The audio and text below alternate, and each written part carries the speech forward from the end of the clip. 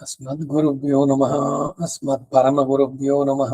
अस्मत्सर्वगुरुभ्यो नमः। श्रीमते रामानुजाय नमः। श्रीमते निगमान्तमहादेशिकाय नमः। रामानुजदयापात्रं ज्ञानवैराग्यभूषणं श्रीमद्वेङ्कटनाथार्यं वन्दे वेदान्तदेशिकम्। लक्ष्मीनाथसमारम्भां नाथयामुनमध्यमाम् अस्मदाचार्यपर्यन्तां वन्दे गुरुपरम्पराम्। यो नित्यमच्युतपदाम्बुजयुग्मरुक्मं व्यामोहतस्तदितराणि तृणाय मेने। अस्मद्गुरोर्भगवतोऽस्य दयैकसिन्धोः रामानुजस्य चरणौ शरणं प्रपद्ये। मातापिता युवतीयस्तनया विभूतिः सर्वं यदेव नियमेन मदन्वयानः। आद्यस्य न कुलपतेर्वकुलाविरामं श्रीमत्तदङ्घ्रियुगलं प्रणमामि मूर्ध्ना भूतं सरश्च महदाह्वयभट्टनाथ श्रीभक्तिसारकुलशेखरयोगिवाहान् भक्ताङ्घ्रिरेण परकालयतीन्द्रमिश्रान् श्रीमत्पराङ्कुशमुनिं प्रणतोऽस्मि नित्यं। श्रीमान् वेङ्कटनाथार्यः कवितार्किककेसरी वेदान्ताचार्यवर्यो मे सन्निधत्तां सदा हृदि। गुरुभ्यस्तद्गुरुभ्यश्च नमो वाग्मदीमहे वृणीमहे च तत्प्राद्योदम्पदे जगदाम्पदे स्वशेषभूतेन मया स्वीयैः सर्वपरिच्छदैः विधातुं प्रीतमात्मानं श्रीमान् प्रथमते स्वयं। शुक्लाम्बरधरं विष्णुं शशिवर्णं चतुर्भुजं प्रसन्नवदनं ध्यायेत् सर्वविघ्नोपशान्तिये। यस्य दुरदभक्त्राद्याः पारिषद्याः परशतं विघ्नं निघ्नन्ति सततं। विश्वक्सेनं तमाश्रये दिव्याकारं सरोजाक्षं शङ्खचक्रगदाधरं मुकुन्दद्वारनिलयं विश्वक्सेनमुपास्महे। ज्ञानानन्दमयं देवं निर्मलं स्फटिकाकृतिम् आधारं सर्वविद्यानां हयग्रीवमुपास्महे। व्यासं वसिष्ठनप्तारं शक्तेः पौत्रमकल्मषं पराशरात्मजं वन्दे प्रदातं तपोनिधिं। व्यासाय विष्णुरूपाय व्यासरूपाय विष्णवे नमो वै ब्रह्मनिधये वासिष्ठाय नमो नमः। जयति पराशरसूनुः सत्यवती हृदयनन्दनो व्यासः यस्यास्य कमलगलितं वाङ्मयममृतं जगत्पिबति। नारायणं नारायणं नमस्कृत्य नरं चैव नरोत्तमं देवीं सरस्वतीं व्यासं ततो जयमुदीरयेते। कृष्णं कमलभद्राक्षं पुण्यश्रवणकीर्तनं वासुदेवं जगद्योनिं नौमि नारायणं हरिं। कृष्णाय यादवेन्द्राय ज्ञानमुद्राय योगिने नाथाय रुक्मिणीशाय नमो वेदान्तवेदिने। नमोऽस्तु ते व्यासविशालबुद्धे पुल्लारविन्दायतपत्रनेत्र येन त्वया भारततैलपूर्णः प्रज्वालितो ज्ञानमयप्रदीपः। युधिष्ठिरो धर्ममयो महाद्रुमः स्कन्दोऽर्जुनो भीमसेनोऽस्य शाखाः माद्रीसुतो पुष्पफले समृद्धे मूलं कृष्णं ब्रह्म च ब्राह्मणश्च। भीष्मद्रोणतटा चेद्रतजला गान्धार नीलोत्पल शल्यग्राहवती कृपेण वहिनी कर्णेन वेलागुण अश्वत्थाम विकर्ण घोरमकरा दुर्योधनावर्तिनी सोत्तीर्णः खलु पाण्डवैर्णनदी कैवर्तके केशवे। धर्मे च अर्थे च कामे च मोक्षे च भरतर्षभ यदि हस्ति तदन्यत्र यन्ने हस्ति न तत्क्वचित्। महत्त्वे च गुरुत्वे च ध्रियमाणं यतोऽधिकम् महत्वात् भारवत्वाच्च महाभारतमुच्यते। अष्टमयी समेत श्रीकृष्णाय परब्रह्मणे नमः। अतः श्रीमन्महाभारते शांति पर्वे आपद्धर्म पर्व ಅದರಲ್ಲಿ 138ನೇ ಅಧ್ಯಾಯ. ನಿನ್ನೆ ಬೆಕ್ಕು ಇಲಿ ಆ ಕಥೆಯನ್ನು ಹೇಳ್ತಾ ಇದ್ವಿ, ಅಲ್ಲಿಂದ ಮುಂದುವರಿಸುವಂತಹದ್ದು. ಹೇ ಯುಧಿಷ್ಠಿರ, ಹೀಗೆ ನೀತಿ ತಂತ್ರವನ್ನು ಬಲ್ಲಂತ ಆ ಇಲಿಯು ದುರ್ಬಲವಾದ ಅಲ್ಪ ಪ್ರಾಣಿಯಾಗಿದ್ರು ಕೂಡ ಮಹಾಬಲಾಢ್ಯರಾದ ಅನೇಕ ಶತ್ರುಗಳನ್ನು ವಂಚಿಸ್ಬಿಡ್ತು ನೋಡಿದ್ಯಾ. ಇದರಂತೆಯೇ ಬುದ್ಧಿಶಾಲಿಯಾದವನು ತನಗಿಂತ ಬಲಾಢ್ಯನಾದ ಶತ್ರುವೊಡನೆಯಾದರೂ ಕೂಡ ಸಮಯದಲ್ಲಿ ಸಂಧಿ ಮಾಡಿಕೊಳ್ಳಬೇಕು. ಇಲಿ ಬೆಕ್ಕುಗಳೆರಡೂ ಕೂಡ ಒಂದನ್ನೊಂದು ಆಶ್ರಯಿಸಿದ್ದರಿಂದಲೇ ಆಪತ್ತಿನಿಂದ ಬಿಡುಗಡೆ ಹೊಂದುದು. ಹೇ ಮಹಾರಾಜ, ಈ ಕ್ಷತ್ರಿಯ ಧರ್ಮಕ್ಕೆ ತಕ್ಕ ಮಾರ್ಗವನ್ನ ನಿನಗೆ ವಿಸ್ತರಿಸಿ ಹೇಳಿದೆ. ಮತ್ತೊಮ್ಮೆ ಸಂಕ್ಷೇಪಿಸಿ ತಿಳಿಸ್ತೇನೆ ಕೇಳು. ಪರಸ್ಪರ ವಿರೋಧವುಳ್ಳ ಇಬ್ಬರು ಎಷ್ಟೇ ಕಟ್ಟುಪಾಡಿನಿಂದ ಸಂಧಿಯನ್ನು ಮಾಡಿಕೊಂಡ್ರು ಅವರ ಮನಸ್ಸಿನಲ್ಲಿ ಒಬ್ಬರನ್ನೊಬ್ಬರು ಮಿಂಚಿರಬೇಕು ಎಂಬ ಅಭಿಪ್ರಾಯವೇನು ಬಿಟ್ಟು ಹೋಗಲ್ಲ. ಅವರಿಬ್ಬರಲ್ಲಿ ಬುದ್ಧಿವಂತನಾದವನು ತನ್ನ ಬುದ್ಧಿ ಬಲವನ್ನು ಉಪಯೋಗಿಸಿ ಮತ್ತೊಬ್ಬನನ್ನ ತಗ್ಗಿಸುವುದಕ್ಕೆ ಪ್ರಯತ್ನಿಸ್ತಾನೆ. ಚಾತುರ್ಯವಿಲ್ಲದೆ ಇನ್ನೊಬ್ಬನಾದರೂ ಎಚ್ಚರ ತಪ್ಪಿ ಇನ್ನೊಬ್ಬನ ಮೇಲ್ಮೆಗೆ ತಾನೇ ಅವಕಾಶವನ್ನು ಕಲ್ಪಿಸಿಕೊಡ್ತಾನೆ. ಆದ್ದರಿಂದ ಪಂಡಿತನಾದವನು ಇತರರಿಗಾಗಿ ಭಯಪಟ್ಟರು ಭಯವಿಲ್ಲದವನಂತೆ ತೋರಿಸ್ಬೇಕು. ಇತರರನ್ನ ನಂಬದಿದ್ರು ನಂಬಿದವನಂತೆ ಕಾಣಿಸಿಕೊಳ್ಬೇಕು. ಹೀಗೆ ಎಚ್ಚರಿಕೆಯಿಂದ ನಡೆಯತಕ್ಕವನು ಎಂದಿಗೂ ಜಾರಿ ಬೀಳುವುದಿಲ್ಲ. ಜಾರಿ ಬಿದ್ರೂ ಸಂಪೂರ್ಣವಾಗಿ ನಾಶವನ್ನು ಹೊಂದಲ್ಲ. ಆದ್ದರಿಂದ ಹೇ ರಾಜ, ಸಮಯವು ಬಂದಾಗ ಶತ್ರುವಿನೊಡನೆಯಾದರೂ ಕೂಡ ಸಂಧಿ ಮಾಡಿಕೊಳ್ಬೇಕು, ಮಿತ್ರನೊಡನೆಯಾದರೂ ಯುದ್ಧಕ್ಕೆ ನಿಲ್ಲಬೇಕು. ಹೀಗೆ ಮಾಡಬೇಕೆಂದೇ ಸಂಧಿ ವಿಗ್ರಹ ತತ್ವಗಳನ್ನ ತಿಳಿದವರ ನಿರ್ಣಯ. ಇದನ್ನ ತಿಳಿದು ಶಾಸ್ತ್ರಾರ್ಥಗಳನ್ನು ಮನಸ್ಸಿಗೆ ತಂದುಕೊಂಡು ಮನುಷ್ಯನು ಸ್ಥಿರ ಬುದ್ಧಿಯಿಂದ ಎಚ್ಚರ ತಪ್ಪದೆ ಭಯ ಕಾರಣ ಉಂಟಾಗುವುದಕ್ಕೆ ಮೊದಲೇ ಭಯಪಟ್ಟಂತೆ ತೋರಿಸ್ಬೇಕು. ಭಯ ಕಾರಣ ನಿಜವಾಗಿ ಸಂಭವಿಸುವ ಮೊದಲೇ ಶತ್ರುವಿನೊಡನೆ ಸಂಧಿಯನ್ನು ಯುದ್ಧವನ್ನು ನಡೆಸಬೇಕು. ಭಯ ಎಂಬುದು ಎಚ್ಚರಿಕೆಯನ್ನ ದೃಢ ಬುದ್ಧಿಯನ್ನ ತಪ್ಪಿಸುತ್ತೆ. ಭಯ ಎಂಬುದು ಆ ಭಯ ಕಾರಣ ಬರೋ ಮೊದಲೇ ಒಬ್ಬನು ಭೀತನಂತೆ ಅದರ ನಿವಾರಣೆಗಾಗಿ ಸಿದ್ಧ ಮಾಡಿಕೊಳ್ತಾ ಇದ್ರೆ ಭಯವು ನಿಜವಾಗಿ ಬಂದಾಗ ಅವನಿಗೆ ಭೀತಿ ಉಂಟಾಗುವುದಿಲ್ಲ. ಯಾವಾಗಲೂ ಭಯಪಡದವನಿಗೆ ಅಕಸ್ಮಾತ್ ಆಗಿ ಒಂದು ಭಯ ಕಾರಣ ಉಂಟಾದರೆ ಅವನು ಮೊದಲೇ ಸಿದ್ಧನಾಗಿ ಇಲ್ಲದೇ ಇರೋದ್ರಿಂದ ನಂಬಿಕೆಯಿಂದ ಮತ್ತೊಂದು ಮಹಾಭಯವು ಮೇಲೆ ಬೀಳುತ್ತೆ. ಭಯಪಡಬೇಡ ಎಂಬ ಈ ಮಂತ್ರವನ್ನ ಯಾವಾಗಲೂ ಯಾರಿಗೂ ಉಪದೇಶಿಸಬಾರದು.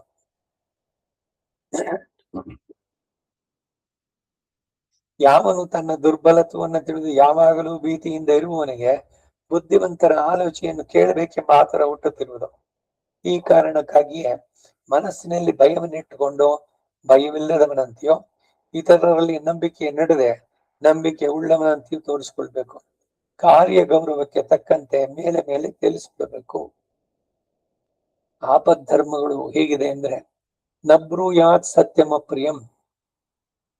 ಈಗ ಯಾರು ಕಡೆಯ ದೇಶದಲ್ಲಿ ಇದ್ದಾರೆ, ಜ್ಯೋತಿಷ್ಯ ಅದರಲ್ಲಿ ಏನೋ ಕೇಳ್ತಾರೆ, ಅದರಲ್ಲಿ ಇದೆ ಅವರಿಗೆ ಮರಣ ಸಂಭವಿಸೋದು. ಆದರೆ ನಬ್ರೂಯಾತ್ ಸತ್ಯಮ ಪ್ರಿಯ, ಏನು ಭಗವಂತನ ಧ್ಯಾನ ಮಾಡಿ ಎಲ್ಲ ಒಳ್ಳೇದಾಗ್ಲಿ ಅಷ್ಟು ಹೇಳ್ಬೇಕೆ ಹೊತ್ತು ಗೊತ್ತಿದ್ರು ಕೂಡ ಅಲ್ಲಿ ಹೇಳ್ಬಾರದು. ಯಾರು ಧೈರ್ಯವಾಗಿದ್ದಾರೋ ಶರೀರ ಬಿಡೋದಕ್ಕೆ ಅಂತವರಿಗೆ ಈ ಪೂರ್ವ ಸ್ಮರಣೆ ಬರುವಂತದ್ದು. ತಾವು ಯಾವಾಗ ಶರೀರ ಬಿಡ್ತೀವಿ ಅಂತ ಎಲ್ರಿಗೂ ಸಿಗೋಲ್ಲ ಈ ದೃಷ್ಟಿ. ಯಾಕೆಂದ್ರೆ ಇವರು ಯಾವಾಗ ನೀನು ಹೋಗ್ತೀಯ ಅಂತ ಹೇಳಿದ ದಿವ್ಸನೇ ಸತ್ತಂಗ ಆಗ್ಬಿಡ್ತಾರೆ. ಅದಾಗಬಾರ್ದು. ಹಾಗೆ ವಿವೇಕ ಎಲ್ಲೆಲ್ಲಿ ಯಾವ್ದನ್ನ ಹೇಳಬೇಕು ಯಾವ್ದನ್ನ ಹೇಳಬಾರ್ದು ಅನ್ನುವಂಥದ್ದು ಇರ್ಬೇಕಾದ್ದು ಬಹಳ ಮುಖ್ಯ. ಈಗ ಡಾಕ್ಟ್ರು ಎಲ್ಲ ಸೀರಿಯಸ್ನೆಸ್ ಅವ್ರಿಗೆ ಆಗೋಲ್ಲ, ಇನ್ನು ಫೈನಲ್ ಸ್ಟೇಜಸ್ ನಲ್ಲಿ ಇದ್ದಾರೆ. ಏನೋ ಇಪ್ಪಡ್ಬೇಡಿ, ನೀವು ಧಾರಾಳವಾಗಿ ಇದಾಗಿರ್ತೀನಿ ಅಂತ ಸುಮ್ನೆ ಆಸೆಯನ್ನು ಹುಟ್ಟಿಸೋದಲ್ಲ, ಹಾಗಂತ ನಿರಾಸೆನೂ ಮಾಡೋದಲ್ಲ. ಸೂಕ್ಷ್ಮವಾಗಿ ಅದನ್ನ ಹೇಗೆ ಹೇಳ್ಬೇಕು. ಇದು ಜ್ಯೋತಿಷ್ಯ ತಿಳಿದವರು ಕೂಡ ಅಷ್ಟೇ. ಈ ಎಲ್ಲ ಕಾರಣದಿಂದಾನೇ ಭಗವಂತ ನಮಗೆ ಈ ತ್ರಿಕಾಲದಲ್ಲಿ ನಡೆಯುವಂತ ತ್ರಿಕಾಲಜ್ಞ ಭೂತ ಭವಿಷ್ಯತ್ತು ವರ್ತಮಾನ ಎಲ್ಲವೂ ತಿಳಿಯುವಂತದ್ದು ಎಲ್ರಿಗೂ ಕೊಡೋದಿಲ್ಲ.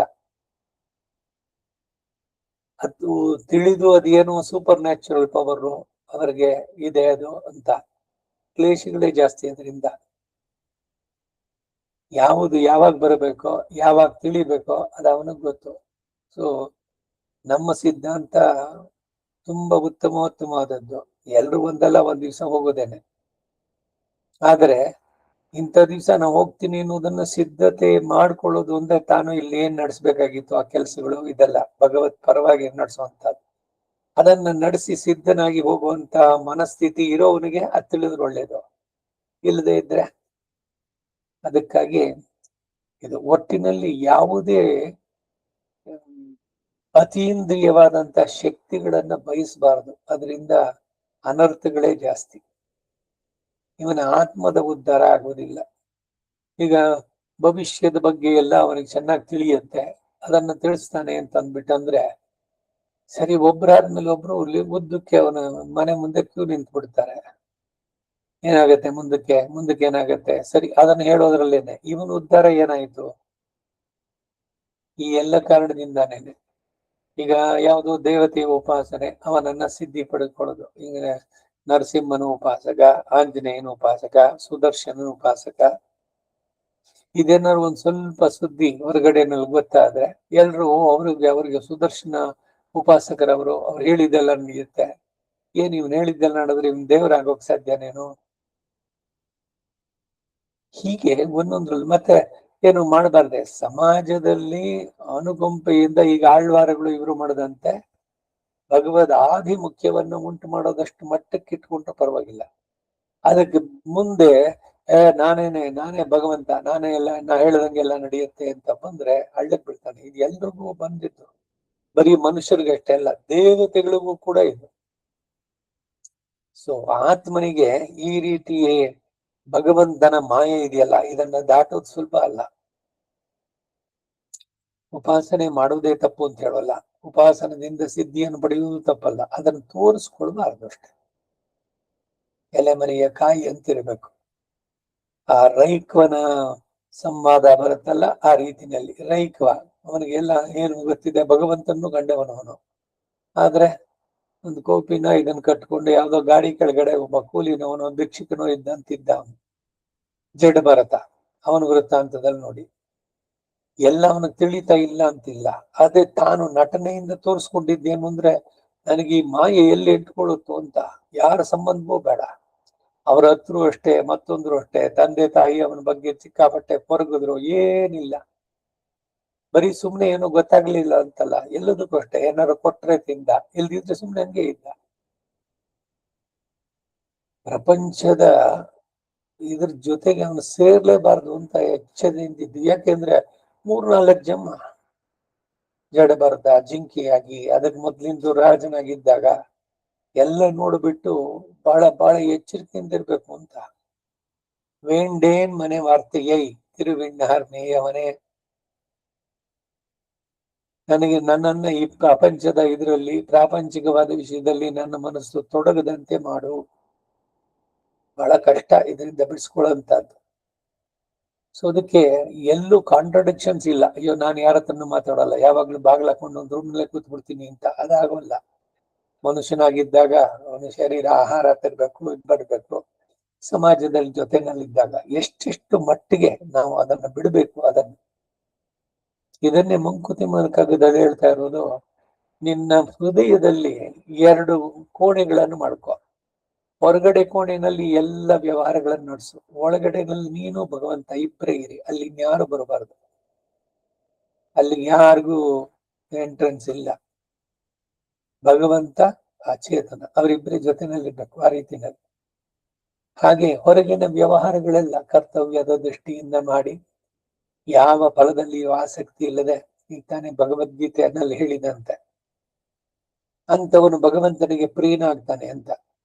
ಎಲ್ಲವನ್ನು ಬಿಟ್ಟಿಲ್ಲ ಇವನು, ಎಲ್ಲವನ್ನು ಮಾಡಿದ್ರು ಕೂಡ ಏನು ಮಾಡದಂತಿಲ್ಲ. ಯಾಕೆಂದ್ರೆ ಇವನು ಯಾವ ಫಲದಲ್ಲೂ ಆಸಕ್ತಿ ಇಟ್ಕೊಳ್ತಾ ಇಲ್ಲ.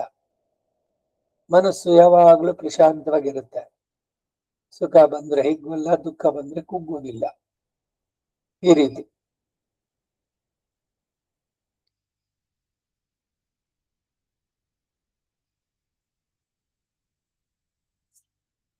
ಹೇ ಧರ್ಮರಾಜ, ನೀನು ಹೀಗೆ ಮಾರ್ಜಾಲ, ಮೂಷಕ, ಬೆಕ್ಕು, ಇಲಿಗಳ ಇತಿಹಾಸವನ್ನು ನಿನಗೆ ಹೇಳಿದ್ದೀವಾಗ, ನೀನು ಇದನ್ನು ಮನಸ್ಸಿನಲ್ಲಿ ಇಟ್ಕೊಂಡು ಅದರಂತೆ ಇತರ ಜನರೊಡನೆ ವರ್ತಿಸಬೇಕು.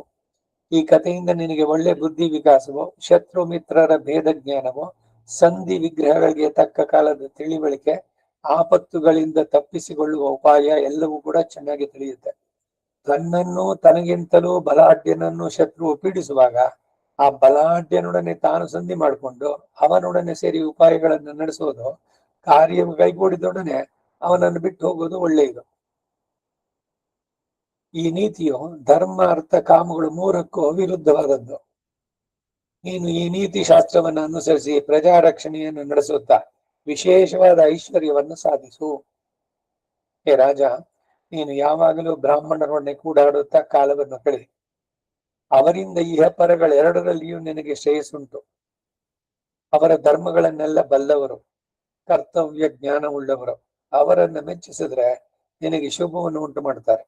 ನೀನು ಹಾಗೆ ಮಾಡೋದ್ರಿಂದ ನಿನ್ನ ರಾಜ್ಯವನ್ನು, ಉತ್ತಮ ಶ್ರೇಯಸ್ಸನ್ನು, ದೊಡ್ಡ ಕೀರ್ತಿಯನ್ನ, ಉತ್ತಮ ಸಂತತಿಯಿಂದ ವಂಶಾಭಿವೃದ್ಧಿಯನ್ನು ಪಡೆಯಿದೆ. ಈ ಇಲಿ ಬೆಕ್ಕುಗಳ ಕಥೆಯು ಸಂಧಿ ವಿಗ್ರಹಗಳಲ್ಲಿ ಬುದ್ಧಿಯನ್ನು ಕುಂದಿಸುತ್ತೆ. ಶತ್ರುಗಳಲ್ಲಿ ಅದರಂತೆ ವರ್ತಿಸಬೇಕು ಅಂದ ಭೀಷ್ಮ ಯುಧಿಷ್ಠನಿಗೆ ಹೇಳಿದ್ದು. ಇಲ್ಲಿಗೆ 138ನೇ ಅಧ್ಯಾಯ. ಅಷ್ಟಮೈಷಿ ಸಮೇತ ಶ್ರೀಕೃಷ್ಣಾಯ ಪರಬ್ರಹ್ಮಣೇ ನಮಃ. 139ನೇ ಅಧ್ಯಾಯ. ಭೀಷ್ಮನು ಯುಧಿಷ್ಠನಿಗೆ ಪೂಜನಿ ಎಂಬ ಪಕ್ಷಿಗೂ ಬ್ರಹ್ಮದತ್ತ ಎಂಬ ರಾಜನಿಗೂ ನಡೆದ ಸಂವಾದವನ್ನ ತಿಳಿಸಿದ್ದು. ಅಷ್ಟಮೈಷಿ ಸಮೇತ ಶ್ರೀಕೃಷ್ಣಾಯ ಪರಬ್ರಹ್ಮಣೇ ನಮಃ. ಆಮೇಲೆ ಧರ್ಮರಾಜ ಭೀಷ್ಮನನ್ನು ಕುರಿತು, ತಾತ, ನೀನು ನನಗೆ ಹೇಳಿದ ನೀತಿಗಳೇನು ಬಹಳ ಉತ್ತಮವೇ. ಶತ್ರುಗಳಲ್ಲಿ ನಂಬಿಕೆಯನ್ನು ಇಡಬಾರದು ಎಂದು ನೀನು ಹೇಳಿದೆ, ಅದು ಸರಿಯೇ. ಆದರೆ ರಾಜನು ಯಾರಲ್ಲಿಯೂ ನಂಬಿಕೆಯನ್ನೇ ಇಡಬಾರದು ಅಂತ ಹೇಳ್ತಿದ್ಯಲ್ಲ, ಆ ಸ್ಥಿತಿಯಲ್ಲಿ ರಾಜನು ಹೇಗೆ ರಾಜ್ಯ ಸೂತ್ರವನ್ನು ನಡೆಸಬಲ್ಲ, ಹೇಗೆ ತಾನೇ ಜೀವಿಸಬಲ್ಲ? ರಾಜನಿಗೆ ಪರರನ್ನ ನಂಬುವುದರಿಂದ ಭಯ ಉಂಟಾಗುವುದು ಅಂತ ಹೇಳ್ತೀಯ. ಯಾರನ್ನೂ ನಂಬದ ರಾಜರು ಶತ್ರುಗಳನ್ನು ಹೇಗೆ ಜಯಿಸಬಲ್ಲರು? ಈ ದೊಡ್ಡ ಸಂಶಯದಿಂದ ನನ್ನ ಮನಸ್ಸು ತಳಮಳಿಸ್ತಾ ಇದೆ. ನೀನು ಉದಾಹರಿಸಿದ ಕಥೆಯನ್ನು ಕೇಳಿ ನನ್ನ ಮನಸ್ಸಿಗೆ ದೊಡ್ಡ ಸಂಶಯ ಉಂಟಾಗಿದೆ ಎಂದ. ಯಾರನ್ನು ನಂಬಬಾರದು, ಇದು ಸರಿನಾ? ನಂಬದೇ ಇದ್ರಾಗೆ ಆಗತ್ತೋ? ಭಗವಂತನ ನಂಬಬೇಕು, ದೇವರಲ್ಲಿ ನಂಬಿಕೆ ಇರಬೇಕು, ವೈದ್ಯರಲ್ಲಿ ನಂಬಿಕೆ ಇರಬೇಕು, ಜ್ಯೋತಿಷ್ಯದಲ್ಲಿ ನಂಬಿಕೆ ಇರಬೇಕು. ಆದ್ರೆ ಎಲ್ರು ಹೇಳುದು ಅಂತ ಅಂದ್ಬಿಟ್ಟಲ್ಲ, ಯಾರನ್ನ ವಿಚಾರ ಮಾಡುವಂತದ್ದು ಇರ್ಬೇಕು. ವಿವೇಚನೆಯಿಂದ ಸರಿಯಾದವ್ರನ್ನ ಆರಿಸ್ಕೋಬೇಕು. ಡಾಕ್ಟರ್ಗಳಲ್ಲೂ ಅಷ್ಟೇನೆ, ಎಲ್ರು ಓದಿರೋದು MBBS ಏನೆ, ಆದ್ರೆ ಒಬ್ಬೊಬ್ಬರದು ಒಂದೊಂದು ರೀತಿ ಡಯಾಗ್ನೋಸಿಸ್ ಬೇರೆ. ಯಾಕೆ? ಯಾರ್ಯಾರ ಬುದ್ಧಿಶಕ್ತಿಯ ಮಟ್ಟ ಎಷ್ಟು ತನಕ, ಅದರ ಮೇಲೆ ಅವರ ಸಕ್ಸಸ್ಸು ಇವೆಲ್ಲ ನಿಂತಿರುವಂತದ್ದು. ಅದರಿಂದ ವೈದ್ಯರಲ್ಲಿ ನಂಬಿಕೆನೇ ಬೇಡ ಅಂತಲ್ಲ, ಸರಿಯಾದ ವೈದ್ಯರನ್ನ ಆರಿಸ್ಕೋಬೇಕು. ಪುರೋಹಿತನಲ್ಲೂ ಕೂಡ ಅಷ್ಟೇ. ಬರೀ ಹೆಸರು ಮಾಡಿದ್ದಾರೆ ಅನ್ನೋದಕ್ಕಿಂತ ಶಾಸ್ತ್ರವನ್ನ ಎಷ್ಟು ಮಟ್ಟಿಗೆ ಆಚರಣೆ ಮಾಡ್ತಾರೆ ಅದು ಬಹಳ ಮುಖ್ಯವಾದದ್ದು. ಯಾಕೆಂದ್ರೆ ಶಾಸ್ತ್ರೋಕ್ತವಾಗಿ ನಡೆದಂತಹದ್ದಕ್ಕೆ ಬಹಳ ವಿಶೇಷವಾದ ಪ್ರಾಧಾನ್ಯತೆ. ಆದ್ರೆ ಲೋಕದಲ್ಲಿ ಏನು, ಜನಗಳು ಮೆಚ್ಚಿಸೋದಕ್ಕೆ ನೋಡ್ತಾರೆ. ಅವರು ಎಲ್ರು ಬರ್ಬೇಕು, ಅದಕ್ಕೆ ಭಾನುವಾರ ದಿವಸನೇ ಬೇಕು ಲಗ್ನ, ಜ್ಯೋತಿಷ್ಯ ಯಾಕ್ಬೇಕು? ಭಾನುವಾರನೇ ಡಿಸೈಡ್ ಮಾಡ್ಬಿಡಿ. ಈ ಹೊರದೇಶದಿಂದ ಬರುವಂತವ್ರ ಕಥೆಗಳೆಲ್ಲ ಇದೇನೇನೆ.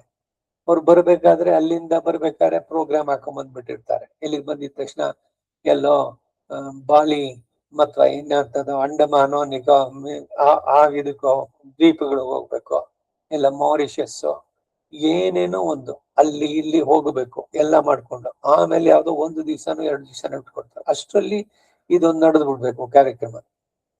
ಏನು, ಎಲ್ಲ ಉಪನಯನ, ವಿವಾಹ, ಉತ್ಸವೇಕ ಪ್ರಧಾನ, ಬರೀ ಶೋ ಬಿಸ್ನೆಸ್. ಅದಕ್ಕೆ ಮೊದಲಿನ ಸಿದ್ಧತೆ ಐತೆ, ಅದಕ್ಕೆ ಸರಿಯಾದ ಜ್ಯೋತಿಷ್ಯ ನೋಡಿದ್ರೆ ಏನೋ ಒಂದ್ ನಡಿಬೇಕು. ಅವಾಗೇನು ಅಂದ್ರೆ ಅವ್ರಿಗೆ ಶಾಸ್ತ್ರ ಗೌಣ. ಅವ್ರು ಜ್ಯೋತಿಷ್ಯದವ್ರು ಹೇಳೋರು ಅಷ್ಟೇ, ನಾನು ಇಂಥ ಡೇಟ್ ಇಂದ ಇಷ್ಟು ದಿವಸದಾಗ ಇರ್ತೀನಿ, ಅಷ್ಟ್ರೊಳಗೆ ನನಗೆ ಅದ್ರಲ್ಲೂ ಬಂದಾಗ್ಲೂ ನಾನು ಬೇರೆ ಬೇರೆ ಪ್ರೋಗ್ರಾಮ್ಗಳು, ಸೊ ಅದರಿಂದ ಈ ದಿವಸ ಮಾಡ್ಬಿಡಿ ಅಂತ ಇವರೇ ಅವ್ರಿಗೆ ಹೇಳ್ಬಿಟ್ಟು, ಅವರು ಈಗ ದುಡ್ಡು ಬರುತ್ತೆ ಪುರೋಹಿತ, ಸರಿ ಅವತ್ತೇ ಮಾಡ್ಬೇಡ ಬಿಡಿ, ಭಾನುವಾರ ಆಗ್ಬೇಕು ತಾನೆ, ಆಯ್ತು, ಇಲ್ಲ ಮಂಗಳವಾರ ರಜಾ ಇದೆ ಅವತ್ತೇ ಮಾಡಿದ್ರೆ ಆಯ್ತು, ದುಡ್ಡು ಸಿಗುತ್ತೆ, ಹೊರ ದೇಶದಿಂದ ಬಂದಿದ್ದಾರೆ, ಇವನು ಅದಕ್ಕೆ ಬ್ರಹ್ಮ ರಾಕ್ಷಸರಾಗ್ತಾರೆ ಅಂತ. ಯಾವುದ್ರಲ್ಲಿ ಅಡ್ಜಸ್ಟ್ಮೆಂಟ್ಗಳು, ಎಲ್ಲಿ ತನಕ ಆಗ್ಬೋದು ಕಾಂಪ್ರಮೈಸು, ಇವೆಲ್ಲ ವಿವೇಕಗಳಿರ್ಬೇಕು. ಹೀಗೆ ನಿಜವಾಗ್ಲೂ ಶಾಸ್ತ್ರದಲ್ಲಿ ಜ್ಞಾನದಲ್ಲಿ ಇದ್ರೆ ಅವ್ರು ಬರ್ಬೇಕು ಅನ್ನೋ ಪ್ರೋಗ್ರಾಮ್ ಮಾಡೋದಕ್ಕೆ 1-3 ತಿಂಗಳು ಮೊದ್ಲೇನೆ ಸರಿಯಾದ ಜ್ಯೋತಿಷ್ಯರನ್ನು ಕೇಳಿ ಒಳ್ಳೆ ಉತ್ತಮವಾದಂತಹ ಡೇಟು ಅದಿರ್ಬೇಕಾ ನೋಡಿ. ಈ ದಕ್ಷಿಣಾಯನದಲ್ಲಿ ಸಾಮಾನ್ಯವಾಗಿ ಮಾಡೋದೆಲ್ಲ ಕೆಲಸಗಳನ್ನ ಉತ್ತರಾಯಣದಲ್ಲಿ ಆಗ್ಬೇಕು. ಸೊ ಅವಾಗ ಏನು ಅಂದ್ರೆ ಉತ್ತರಾಯಣದಲ್ಲೇ ಅವ್ರು ಬರುವಂಗೆ ಪ್ರಾರಂಭ ಮಾಡ್ಕೋಬೇಕು. 3 ತಿಂಗಳು 6 ತಿಂಗಳು ಶಾಸ್ತ್ರಕ್ಕೆ ಪ್ರಾಶಸ್ತ್ಯ ಕೊಡೋದಾದ್ರೆ, ಅವರು ಯಾವುದು ಬಹಳ ಉತ್ತಮವಾದಂತ ಡೇಟ್ ಅನ್ನು ಕೊಟ್ಟಿದ್ದಾರೆ ಆ ಸಮಯ ಅದ್ರಲ್ಲಿ ನಡೆಸ್ಬೇಕು. ಇಲ್ಲಿ ಜನ ಬರೋದು ಮುಖ್ಯ ಅಲ್ಲ, ಬೆಳಗ್ಗೆ ಬೇಗ ಇಟ್ಕೊಂಡ್ರೆ, ಬೇಡಾಗಿದ್ರೆ ಶಾಸ್ತ್ರೋಕ್ತವಾಗಿ ನಿಮ್ಮ ಮಗನಿಗೂ ಅಥವಾ ನೀವು ನಡೆಸ್ತಾ ಇರೋದು ನಿಮ್ಮ ಜೀವನಕ್ಕೆ ಕುಟುಂಬಕ್ಕೆ ಮುಖ್ಯವಾದದ್ದು. ಜನಗಳು ಬರ್ತಾರೆ ಯಾಕೆ, ಕಡೆನಲ್ಲಿ ಊಟ ಮಾಡುತ್ತಾರೆ ಅಷ್ಟೇ ತಾನೇ, ಅವ್ರಿಂದ ಇನ್ನೇನಾರು ಆಗ್ಬೇಕಾ? ಅವರಿಗೆ ಪ್ರಾಶಸ್ತ್ಯ ಕೊಡುವುದರಲ್ಲಿ ನಿಮ್ಮ ಜೀವನದಲ್ಲಿ ನಡೆಯುವಂತ ಪ್ರಧಾನ ಘಟನೆಗಳನ್ನ ಅದನ್ನ ಮಾರ್ಪಡಿಸೋದು, ಇದ್ ಮಾಡೋದು ಅಥವಾ ಅದನ್ನ ಗೌಣವಾಗಿ ಕಾಣೋದು ಎಷ್ಟು ಮಟ್ಟಿಗೆ ಸರಿ ಆದ್ರೂ ನಡೆಯುತ್ತೆ ಲೋಕದಲ್ಲಿ. ಅದರಿಂದ ಶಾಸ್ತ್ರ ಪ್ರಧಾನವಾಗಿ ಇಟ್ಕೊಂಡು ಅದರ ಜೊತೆಗೆ ಇದನ್ನ ಸೇರ್ಲಿ, ಎರಡಕ್ಕೂ ಸಾಧ್ಯವಾದ್ರೆ ಆದ್ರೆ ಇದು ಪ್ರಧಾನವಾಗಬೇಕು.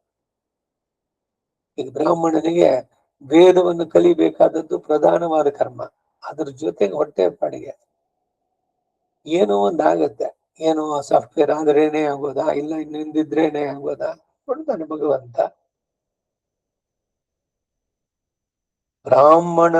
ಬ್ರಾಹ್ಮಣ್ಯ ಉಳಿಬೇಕು ಅಂತಂದ್ರೆ ವೇದ, ಅದರ ಸಂರಕ್ಷಣೆ, ನಿತ್ಯ ನೈಮಿತ್ತಿಕ ಕರ್ಮಗಳು ಪ್ರಧಾನವಾಗ್ಬೇಕು. ದುಡ್ಡೇ ಪ್ರಧಾನವಾಗ್ಬಿಟ್ಟು ಇವೆಲ್ಲ ಗೌಣವಾದ್ರೆ ಪಶು ಸಮಾನವಾದ ಬದುಕಾಗುತ್ತೆ, ದುಡ್ಡೇನೋ ಬರುತ್ತಷ್ಟೆ. ಈ ರೀತಿಯಲ್ಲಿ ಭೀಷ್ಮ ಹೇಳ್ತಾ ಇದ್ದಾನೆ, ಹೇ ಯುಧಿಷ್ಠಿರ, ಇದೇ ವಿಷಯದಲ್ಲಿ ಬ್ರಹ್ಮದತ್ತ ಎಂಬ ರಾಜನಿಗೂ ಅವನ ಮನೆಯಲ್ಲಿದ್ದ ಪೂಜನಿ ಎಂಬ ಒಂದು ಗುಬ್ಬಚ್ಚಿ ಅದಕ್ಕೂ ನಡೆದ ಸಂವಾದ ಒಂದುಂಟು. ಈ ಪಕ್ಷಿ ಸಂವಾದ ಅಂದಾಗ ಇನ್ನೊಂದು ನೆನಪಾಯ್ತು. ಈ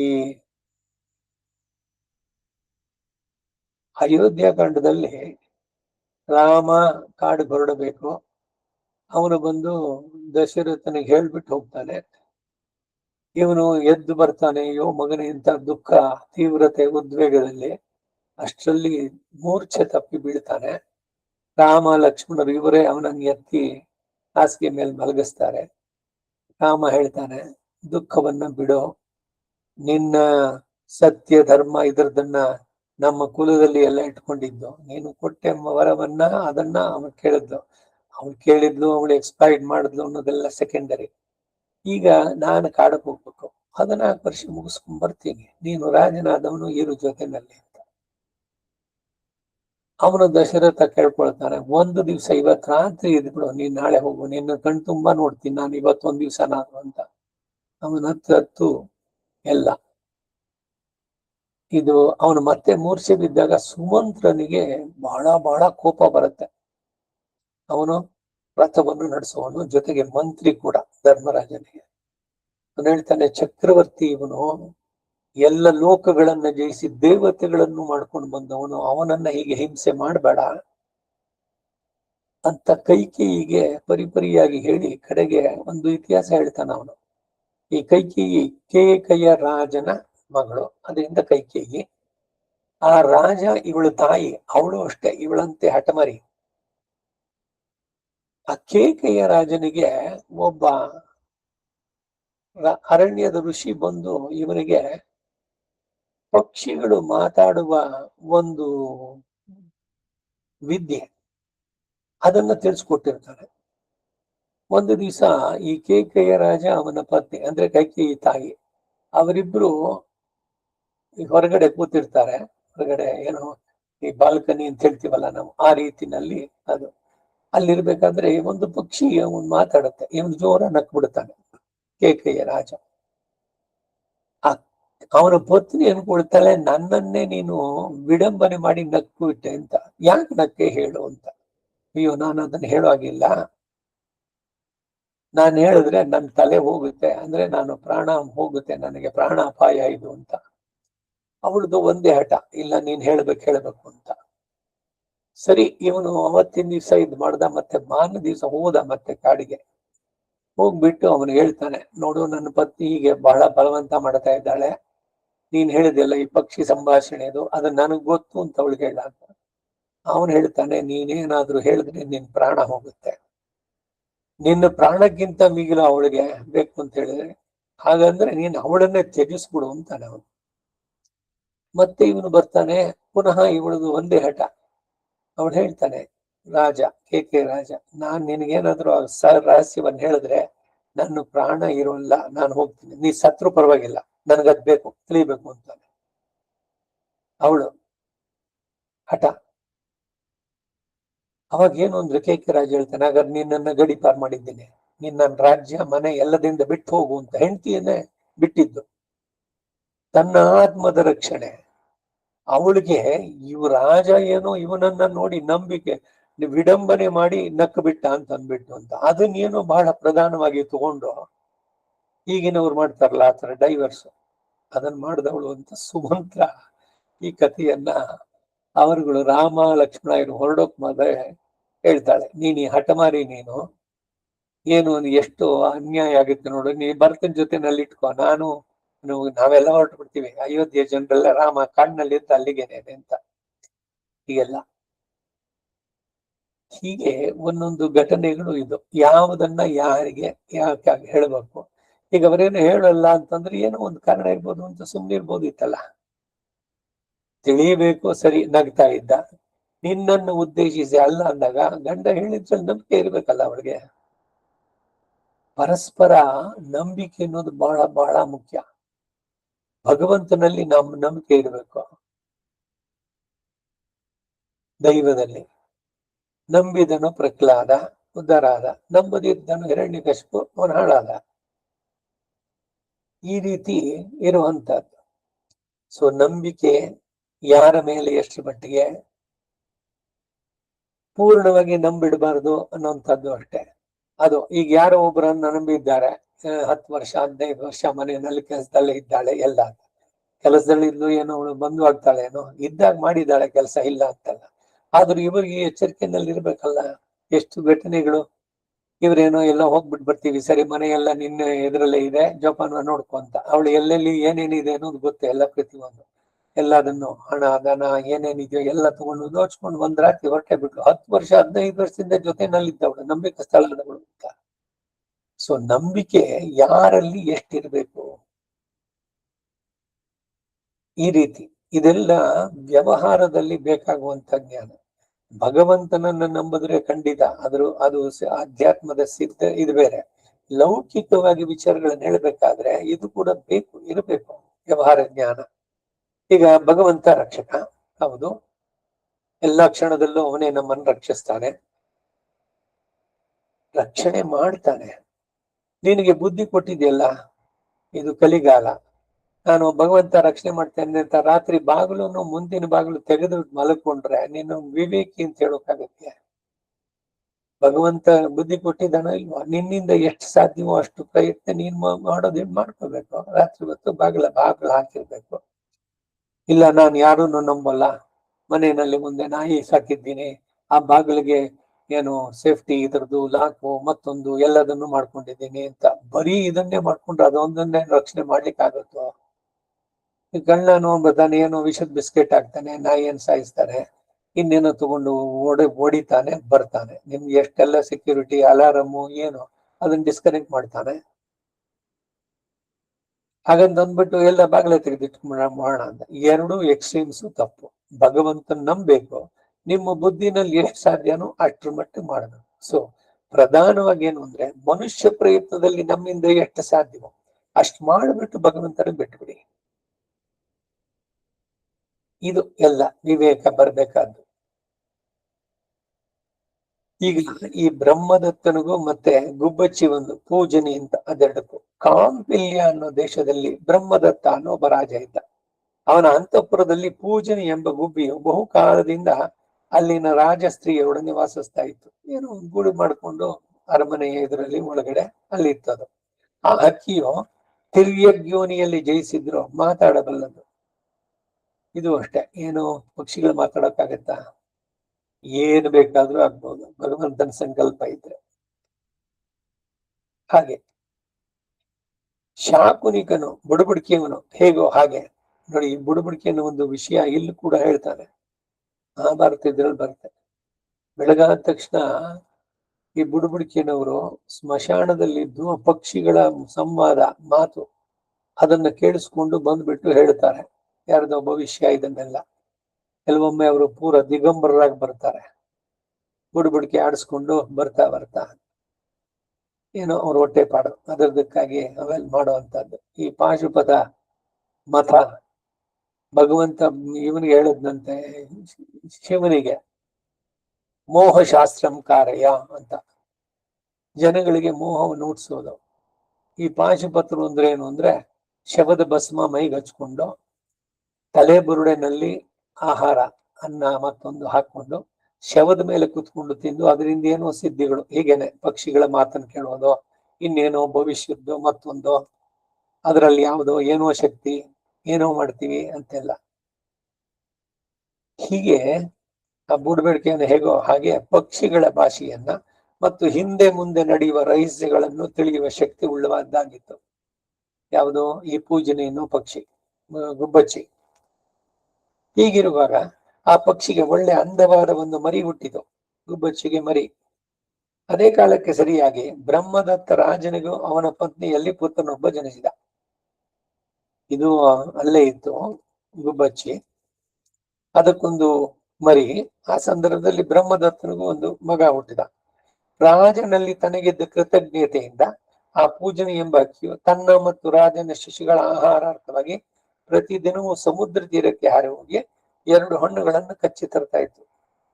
ಆ ಶಿಶುಗಳೆರಡು ಚೆನ್ನಾಗಿ ಒಂದೇ ಸಮನಾಗಿ ಬೆಳೆಸಬೇಕು ಎಂಬ ಉದ್ದೇಶದಿಂದ ಅಮೃತದಂತೆ ಶುಚಿಯಾಗಿ ರುಚಿಯಾಗಿ ದೇಹ ಬಲವನ್ನ ತೇಜಸ್ಸನ್ನ ವೃದ್ಧಿಗೊಳಿಸತಕ್ಕಂತಹ ಆ ಹಣ್ಣುಗಳಲ್ಲಿ ಒಂದನ್ನ ತನ್ನ ಮರಿಗೂ ಮತ್ತೊಂದನ್ನು ರಾಜನ ಮಗುವಿಗೂ ತಂದು ಕೊಡ್ತಾ ಇತ್ತು. ಆ ಹಣ್ಣುಗಳನ್ನು ಆ ಮಕ್ಕಳಿಗೆ ತಾನೇ ತಿನ್ನಿಸ್ತಾ ಇತ್ತು. ಆ ಫಲವನ್ನು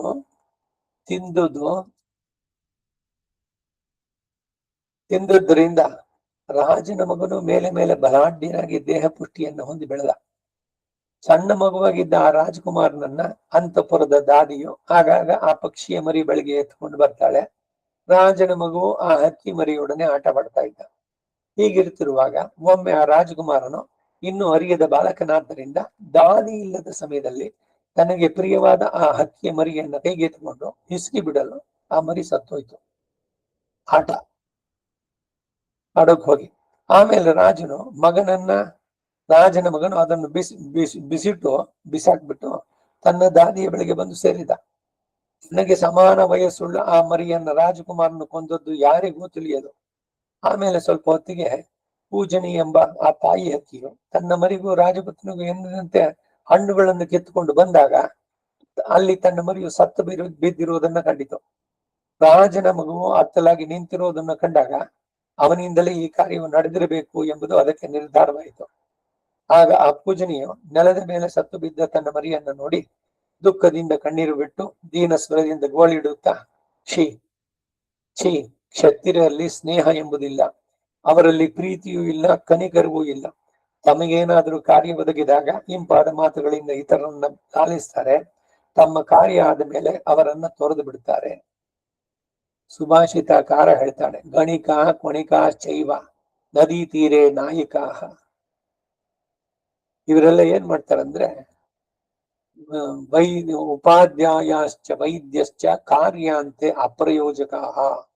ಅವ್ರ ಕೆಲಸ ಆದ್ಮೇಲೆ ಅವರೆಲ್ಲ ಇವರಿಗೆ ಅಪ್ರಯೋಜಕರು, ಬೇಕೇ ಇಲ್ಲ. ಆ ರೀತಿಯಲ್ಲಿ ಎಲ್ಲರಿಗೂ ಅಪಕಾರ ಮಾಡತಕ್ಕಂತಹ ಕ್ರೂರ ಸ್ವಭಾವವುಳ್ಳ ಕ್ಷತ್ರಿಯರಲ್ಲಿ ನಂಬಿಕೆಯನ್ನೇ ಇಡಬಾರದು. ಅವರ ಅಪಕಾರವನ್ನೇ ಮಾಡ್ತಲೇ ಇರ್ತಾರೆ. ಬಾಯಲ್ಲಿ ಇಂಪಾದ ಮಾತುಗಳಿಂದ ಸಮಾಧಾನಗೊಳಿಸ್ತಾರೆ, ನಿರರ್ಥಕವಾದ ಆಶೋತ್ತರಗಳನ್ನು ತೋರಿಸ್ತಾರೆ. ಇರಲಿ, ಕೃತಜ್ಞತೆ ಇಲ್ಲದ ವಿಶ್ವಾಸಘಾತಕನು ಕ್ರೂರನೂ ಆದ ಈ ರಾಜಕುಮಾರನು ಈಗ ನನಗೆ ಮಾಡಿದ ವಿರೋಧಕ್ಕೆ ತಕ್ಕಂತೆ ಅವನ ಮೇಲೆ ನಾನು ಹಾಗೆ ತೀರಿಸಿಕೊಳ್ಳದೆ ಬಿಡ್ತೇನೆಯೇ? ಇವನಿಗೆ ಜೀವಾವಧಿ ಕಷ್ಟವನ್ನು ತಂದಿಡ್ತೇನೆ. ನನ್ನ ಮಗು ಆ ರಾಜಕುಮಾರನ ಸಂಗಡಲೇ ಹುಟ್ಟಿ ಸಂಗಡವೇ ಭೋಜನ ಮಾಡ್ತಾ ಇತ್ತು, ಅವನನ್ನೇ ನಂಬಿತ್ತು. ಹೀಗೆ ಸಹವಾಸಿಯೋ ಮಿತ್ರನು ಶರಣಾಗತನು ಆದಂತ ನನ್ನ ಮಗನನ್ನ ಕೊಂದಂತ ಆ ರಾಜಕುಮಾರನು ಈಗ 3 ಬಗೆಯ ಮಹಾಪಾಪಗಳಿಗೆ ಪಾತ್ರನಾದನು ಅಂತ ಹೇಳ್ತಾ ಪೂಜನೆಯು ತಿಟ್ಟನೆ ಹಾರಿ ಬಂದು ಅಲ್ಲಿ ಆಡುತ್ತಿದ್ದ ರಾಜಕುಮಾರನ ಕಣ್ಣುಗಳೆರಡನ್ನು ತನ್ನ ಕಾಲುಬರಗಳಿಂದ ಕುಕ್ಕಿ ಹಾಗೆ ತೀರಿಸಿಕೊಂಡೆ ಎಂಬ ಸಮಾಧಾನದಿಂದ ಹೀಗೆ ಅಂತ ಹೇಳುತ್ತೆ. ಉದ್ದೇಶಪೂರ್ವಕವಾಗಿ ನಡೆಸಿದ ಪಾಪ ಕಾರ್ಯವು ಕೂಡಲೇ ಬೆನ್ನು ಹತ್ತಿ ಹಿಡಿದು ಅದರ ಫಲವನ್ನು ತೋರಿಸದೆ ಬಿಡದು. ಮಾಡಿದ್ದಕ್ಕೆ ಪ್ರತಿಯನ್ನು ಮಾಡಿದ್ರು ಆ ಹಿಂದಿನ ಕರ್ಮದ ಶುಭಾಶುಭಗಳು ಅಷ್ಟರಿಂದಲೇ ನಶಿಸಿ ಹೋಗಲ್ಲ. ಒಬ್ಬನು ನಡೆಸಿದ ಪಾಪ ಕಾರ್ಯಕ್ಕೆ ತಕ್ಕ ಫಲವು ಅವನಲ್ಲಿಯೇ ಕಾಣಿಸ್ತಿದ್ರೆ ಅವನ ಪುತ್ರನಲ್ಲಿಯೋ ಪೌತ್ರನಲ್ಲಿಯೋ ಕೊನೆಗೆ ಪ್ರಪೌತ್ರನಲ್ಲಿಯೋ ಕಾಣಿಸದೆ ಬಿಡುದು ಅಂತ ಹೇಳ್ತಾ ಆಗಲೇ ರಾಜಗೃಹವನ್ನು ಬಿಟ್ಟು ಹೋಗಲು ಯತ್ನಿಸ್ತು. ಇಷ್ಟರಲ್ಲಿ ಬ್ರಹ್ಮದತ್ತ ರಾಜನಿಗೆ ಆ ಪೂಜನೆಯಿಂದ ತನ್ನ ಮಗನ ಕಣ್ಣುಗಳು ಓದೋದಕ್ಕಾಗಿ ಮನಸ್ಸಿನಲ್ಲಿ ಬಹಳ ಸಂಕಟ ಇದ್ದು ಕೂಡ ತನ್ನ ಮಗನ ತಪ್ಪಿಗೆ ತಕ್ಕ ಶಿಕ್ಷೆ ಆಯಿತು ಅಂತ ತಿಳಿದು ಆ ಪೂಜನೆಯನ್ನು ಸಮಾಧಾನ ವಾಕ್ಯದಿಂದ ಕರೆದು ಹೀಗೆಂದು ಹೇಳ್ತಾನೆ, ಏ ಪಕ್ಷಿಯೇ, ನಾವು ನಿನಗೆ ಅಪಕಾರವನ್ನು ಮಾಡಿದೆವು, ನೀನು ಅದಕ್ಕೆ ಪ್ರತಿಯಾಗಿ ನಮಗೆ ಅಪಕಾರವನ್ನು ಮಾಡಿಬಿಟ್ಟೆ. ಎರಡೂ ಸರಿ ಹೋಯ್ತು. ಇನ್ನು ನೀನೇಕೆ ಇಲ್ಲಿಂದ ಬಿಟ್ಟು ಹೋಗುವೆ? ಬೇಡ, ಮೊದಲಿನಂತೆಯೇ ನೀನು ನನ್ನಲ್ಲಿ ಸುಖವಾಗಿರುವೆ ಅಂತ ಪೂಜನಿ ಹೇಳಿತು. ಹೇ ಮಹಾರಾಜ, ಹಾಗಲ್ಲ. ಒಬ್ಬನಿಗೆ ಒಬ್ಬನು ಅಪಕಾರವನ್ನು ಮಾಡಿಬಿಟ್ಟ ಮೇಲೆ ತಿರುಗಿ ಅವನ ಮನೆಯಲ್ಲೇ ಇರುವುದು ಸರಿಯಲ್ಲ. ಧೀಮಂತರು ಇಂತಹ ನಡತೆಯನ್ನ ಕೊಂಡಾಡೋದಿಲ್ಲ. ತಪ್ಪು ಮಾಡಿದವನು ಒಡನೆ ಆ ಸ್ಥಳವನ್ನು ಬಿಟ್ಟು ಹೋಗೋದೇ ಮೇಲು. ವೈರವು ಸ್ಪಷ್ಟವಾಗಿ ನಡೆದು ಹೋದ ಸ್ಥಳದಲ್ಲಿ ಅದರಿಂದ ಅಪಾಯಕ್ಕೀಡಾದವರು ಎಷ್ಟೇ ಪ್ರಿಯವಾದ ಮಾತುಗಳನ್ನಾಡಿದ್ರು ಕೂಡ, ಎಷ್ಟೇ ಪ್ರೋತ್ಸಾಹಿಸ್ತಾ ಇದ್ರು ಕೂಡ ಅಪರಾಧಿಯು ಅವರನ್ನ ನಂಬಿ ನಿಲ್ಲಬಾರದು. ಹಾಗೆ ನಂಬಿದವನು ಬುದ್ಧಿಹೀನನಾಗ್ತಾನೆ. ಅವನು ಶೀಘ್ರದಲ್ಲಿಯೇ ಮೃತ್ಯುವಿಗೆ ಈಡಾಗ್ತಾನೆ. ವೈರ ಎಂಬುದು ಅಷ್ಟು ಬೇಗನೆ ಆರುವುದಿಲ್ಲ. ಆ ವೈರವು ಅವನಲ್ಲಿ ಮಾತ್ರ ತಿರದೆ ಅವನ ಪುತ್ರ ಪೌತ್ರರನ್ನು ಕೆಲವು ವೇಳೆ ನಾಶಗೊಳಿಸುತ್ತೆ. ಸಂತತಿ ನಾಶದಿಂದ ಕುಲಸ್ಥನಿಗೆ ಪರಲೋಕವು ತಡೆಗಟ್ಟು ಹೋಗುತ್ತೆ. ಒಂದಾವರ್ತಿ ವಿರೋಧವು ಬಂದ ಮೇಲೆ ತಿರುಗಿ ಒಬ್ಬರನ್ನೊಬ್ಬರು ನಂಬದೇ ಇರುವುದೇ ಕ್ಷೇಮಕರ. ನಂಬಿಕೆಗೆ ಅರ್ಹನಲ್ಲದವನನ್ನ ಹೇಳ್ತಾರೆ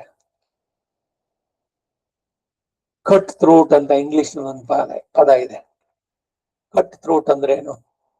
ಕತ್ತನ್ನ ಕತ್ತರಿಸಿದವನು. ಕತ್ತನ್ನು ಕತ್ತರಿಸಿದ್ಮೇಲೆ ಇನ್ನೊಂದ್ಸಲಿ ಅಲ್ಲಿ ತಲೆ ಇರೋದಕ್ಕೆ ಸಾಧ್ಯನೋ? ಮತ್ತೆ ಬೆಳೆಯುತ್ತೋ? ರಾವಣಂಗೆ ಆಯ್ತಲ್ಲ ಆ ತರದಲ್ಲಿ. ಅವನಿಗೇನೋ ವರ ಇತ್ತು, ಒಂದ್ ತಲೆ ಹೋದ್ರೆ ಇನ್ನೊಂದ್ ತಲೆ ಬರುತ್ತೆ.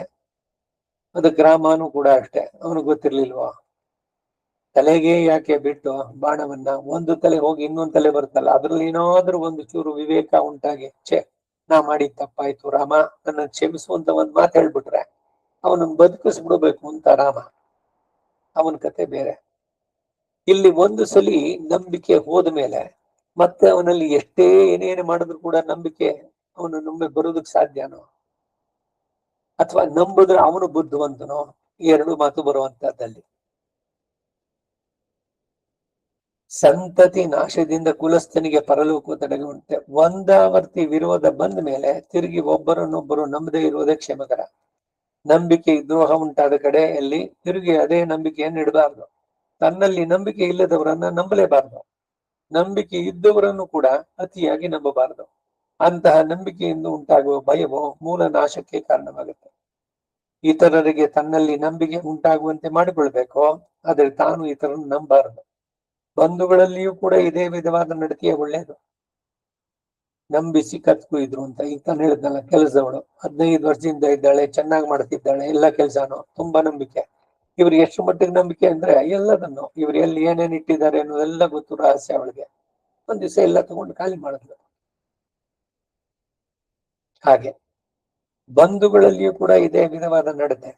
ಬಂಧುಗಳಲ್ಲಿ ತಂದೆ ತಾಯಿಗಳಿಬ್ಬರು ಮಾತ್ರವೇ ನಂಬಲರ್ಹರು. ಅವರ ಹೊರತು ಬೇರೆ ಯಾರನ್ನೂ ನಂಬೋ ಹಾಗಿಲ್ಲ. ಕೈ ಹಿಡಿದ ಹೆಂಡತಿಯು ಬರೀ ಕ್ಷೇತ್ರ ಎನಿಸ್ತಾಳೆ. ಮಗನು ಅದರಲ್ಲಿ ಬಿತ್ತಿದ ಬೀಜ ಮಾತ್ರ. ಒಡ ಹುಟ್ಟಿದವರು ದಾಯಾದಿಗಳು. ಹುಟ್ಟುತ್ತಾ ಅಣ್ಣ ತಮ್ಮಂದ್ರು ಅಕ್ಕ ತಂಗಿಯರು, ಬೆಳೀತಾ ದಾಯಾದಿಗಳು. ದಾಯ ಅಂದ್ರೇನು? ತಂದೆಯ ಆಸ್ತಿ, ಅದರಲ್ಲಿ ಭಾಗ ದಾಯ. ದಾಯಾದಿ. ದಾಯಾದಿ ಹೇಗಾದ ಅಂದ್ರೆ, ನನಗೆ ಸರಿಯಾಗಿ ಬರ್ಲಿಲ್ಲ, ಎಲ್ಲ ಈಕ್ವಲ್ ಆಗಿ ಮಾಡಿ. ಈಗ ತಾಯಿ ಹತ್ರ ಇರೋ ಆಭರಣಗಳು ಮತ್ತೊಂದು, ಅದನ್ನ ಎಲ್ರೂ ಸಮನಾಗಿ ತಗೋಬೇಕು. ಕಡಿಮೆ ಆಗಿದ್ರೆ ಇಲ್ಲ ಕೋರ್ಟ್ಗೆ ಹೋಗೋಣ, ಇಲ್ಲ ತೂಕ ಹಾಕೋಣ ಸರಿಯಾಗಿ. ಇಲ್ಲ ಅಕ್ಕ ತಂಗಿನೋ ಅಣ್ಣ ತಮ್ಮಂದ್ರು ಯಾರ ಒಬ್ಬ ಬಿಟ್ಬಿಟ್ಟು ಆಲ್ರೆಡಿ ನೀನೇ ಇಟ್ಕೋ ಅಂತ ಕೊಡ್ಬೋದಲ್ಲ. ಇವನು ಸಂಪಾದನೆ ಚೆನ್ನಾಗಿದೆ, ಎಲ್ಲ ಇದ್ರೂ ಕೂಡ ಆ ಪಿತೃರ್ಜಿತದಲ್ಲಿ ಬರ್ಬೇಕು. ಇದು ಲೋಕದಲ್ಲಿ ಬರುವಂತದ್ದು ಬಹಳ ನೀಚವಾದಂತಹದ್ದು. ತಾನು ಸಂಪಾದಿಸಿದ್ರಲ್ಲಿ ಭಗವಂತ ಅದನ್ನೇ ಇವನಿಗೆ ಅನುಭವಿಸೋದಕ್ಕೆ ಯೋಗ್ಯತೆ ಇದ್ರೆ ಸರಿ, ಇನ್ಯಾರ್ದು ಯಾಕೆ ಬಯಸ್ಬೇಕು? ಪಿತ್ರಾರ್ಜಿತ ಅನ್ನೋದು ಇದೆಯಲ್ಲ, ಇದು ಎಷ್ಟು ಅದೇನ್ ಲೆಕ್ಕ ಇಲ್ಲದಷ್ಟು ಕೇಸುಗಳು. ಇವರು ಸತ್ರು ಕೂಡ ಕೇಸ್ ಕ್ಲೋಸ್ ಆಗಿರೋಲ್ಲ. ಆಸ್ತಿಯ ಬಗ್ಗೆ ವ್ಯಾಜ್ಯ ಮತ್ತೊಂದು ಎಲ್ಲ ಹೀಗೆ ಒಂದೊಂದ್ರಲ್ಲೂ. ಅರ್ಥಂ ಅನರ್ಥಂ ಭಾವಯ ನಿತ್ಯಂ ನಾಸ್ತಿ ತತಃ ಸುಖಲೇಶ ಸತ್ಯಂ ಪುತ್ರಾದಪಿ ಜನ ಭಾರ್ಯ ಭೀತಿ. ಮಕ್ಕಳು, ಹೆಂಡತಿ ಎಲ್ಲರಿಂದಲೂ ಭಯ ಇರುವಂತದ್ದೇ. ಸರ್ವತ್ರೈಷಾಂ ವಿಹಿತ ರೀತಿ, ಎಲ್ಲ ಕಡೆನಲ್ಲೂ ಇದು ಬರೀ ಭಾರತದಲ್ಲಿ ಅಥವಾ ಇನ್ನೆಲ್ಲೋ ನಮ್ಮಲ್ಲಿ ಮಾತ್ರ ಅಂತಲ್ಲ. ವಿಶ್ವದ ಎಲ್ಲ ಕಡೆನಲ್ಲಿರುವುದು ಇಷ್ಟೇನೆ. ಹಾಗಾದ್ರೆ ಏನು ಗಂಡ ಹೆಂಡತಿ ಸಂಬಂಧಕ್ಕೆ ಅರ್ಥವಿಲ್ವೋ? ಗಂಡ ಹೆಂಡತಿ ಇಬ್ರು ಪರಸ್ಪರ ಒಬ್ಬರಿಗೊಬ್ಬರು ತ್ಯಾಗದ ಬುದ್ಧಿಯಿಂದ ಇಟ್ಕೊಂಡು ಅರ್ಥಪೂರ್ವವಾಗಿ ಶಾಸ್ತ್ರಕ್ಕೆ ವಿರುದ್ಧವಾದ ಕೆಲಸ ನಡೆಸಿದ್ರೆ ಅದು ನಿಜವಾಗ್ಲೂ ಸರಿಯಾದ ದಾಂಪತ್ಯ, ಅನುರೂಪ ದಾಂಪತ್ಯ. ಆದ್ರೆ ಲೋಕದಲ್ಲಿ ಹಣವೋ ಮತ್ತೊಂದು ಇದು ಎಲ್ಲರ ಮನಸ್ಸನ್ನ ಕೂಡ ಬದಲಾಯಿಸುವಂತ. ಯಾವುದೋ ಒಂದು ಚಾರಿಟಬಲ್ ಸಂಸ್ಥೆ, ಸಮಾಜ ಸೇವಾ ಇದರಲ್ಲಿ ನಿಜವಾಗಿ ಏನೋ ನಡೆಸ್ತಾ ಇದ್ದಾರೆ. ಇದಕ್ಕೆ ಅಲ್ಲಿ ನಡೆಯುವಂತ ಕಾರ್ಯಕ್ರಮಗಳನ್ನು ನೋಡಿ ಯಾರೋ ಬಂದ್ರು, ನೋಡಿದ್ರು, ನಿಜವಾಗ್ಲೂ ನಡೆಸ್ತಾ ಇದ್ದಾರೆ ಇವರು ಅಂತ. ಅವ್ರು ಬಂದು ಅವ್ರಿಗೇನೋ ಒಂದಷ್ಟು ಹಣ ಕೊಟ್ರು, ಈ ಮಕ್ಕಳಿಗೆಲ್ಲ ಎಲ್ಲ ಊಟ ಗೀಟ ಇದನ್ನೆಲ್ಲ ಕೊಡಿ ಅಂತ. ಪ್ರತಿ ವರ್ಷ ತಂದು ಕೊಡೋದು ಮಾಡೋದು ಎಲ್ಲ. ಅದು ಅವ್ರ ಕುಟುಂಬಕ್ಕೆ ಗೊತ್ತಾಗ್ಬಾರ್ದು ಅಂತ ಅವರು, ನಾನು ಇಷ್ಟು ಕೊಡ್ತಾ ಇದ್ದೀನಿ ಅಂತಂದ್ಬಿಟ್ಟು ನನ್ನ ಹೆಂಡತಿಗಾಗ್ಲಿ ಮಕ್ಕಳಿಗಾಗಿ ಹೇಳಬೇಡಿ.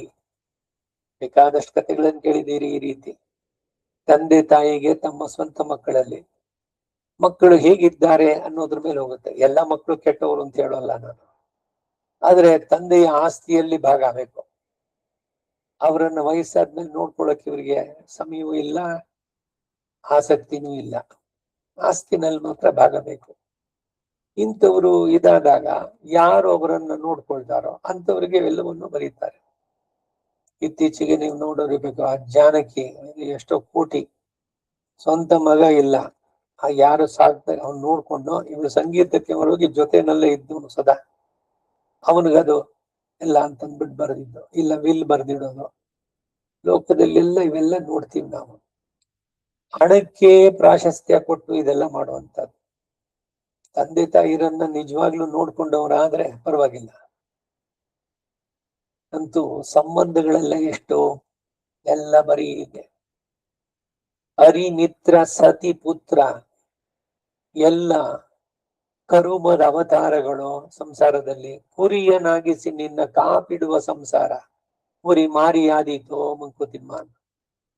ಅದಕ್ಕಾಗಿ ಹೆಚ್ಚಿಗೆ ಹಣ ಮಾಡಿಕೊಂಡ್ರೆ ಎಲ್ಲದಿಂದನು. ಇದನ್ನೇ ಅವರು ಶಂಕರಾಚಾರ್ಯರು ಪುತ್ರಾದಪಿ ಅರ್ಥಂ ಅನರ್ಥಂ ಭಾವಯ ನಾಸ್ತಿ ತತಃ ಸುಖ ಲೇಷ. ಒಂದು ಚೂರು ಸುಖ ಅದರಲ್ಲಿ ಇಲ್ಲ, ಇದು ಸತ್ಯ ಅಂತ. ಹಾಗಾಗಿ ಹೆಚ್ಚಿಗೆ ಹಣಕ್ಕಾಗಿ ಬಯಸಬಾರದು. ಹಣ ಬೇಕು, ಇಲ್ಲ ಅಂತಲ್ಲ, ಆದ್ರೆ ಅದಕ್ಕೊಂದು ಲಿಮಿಟೇಷನ್.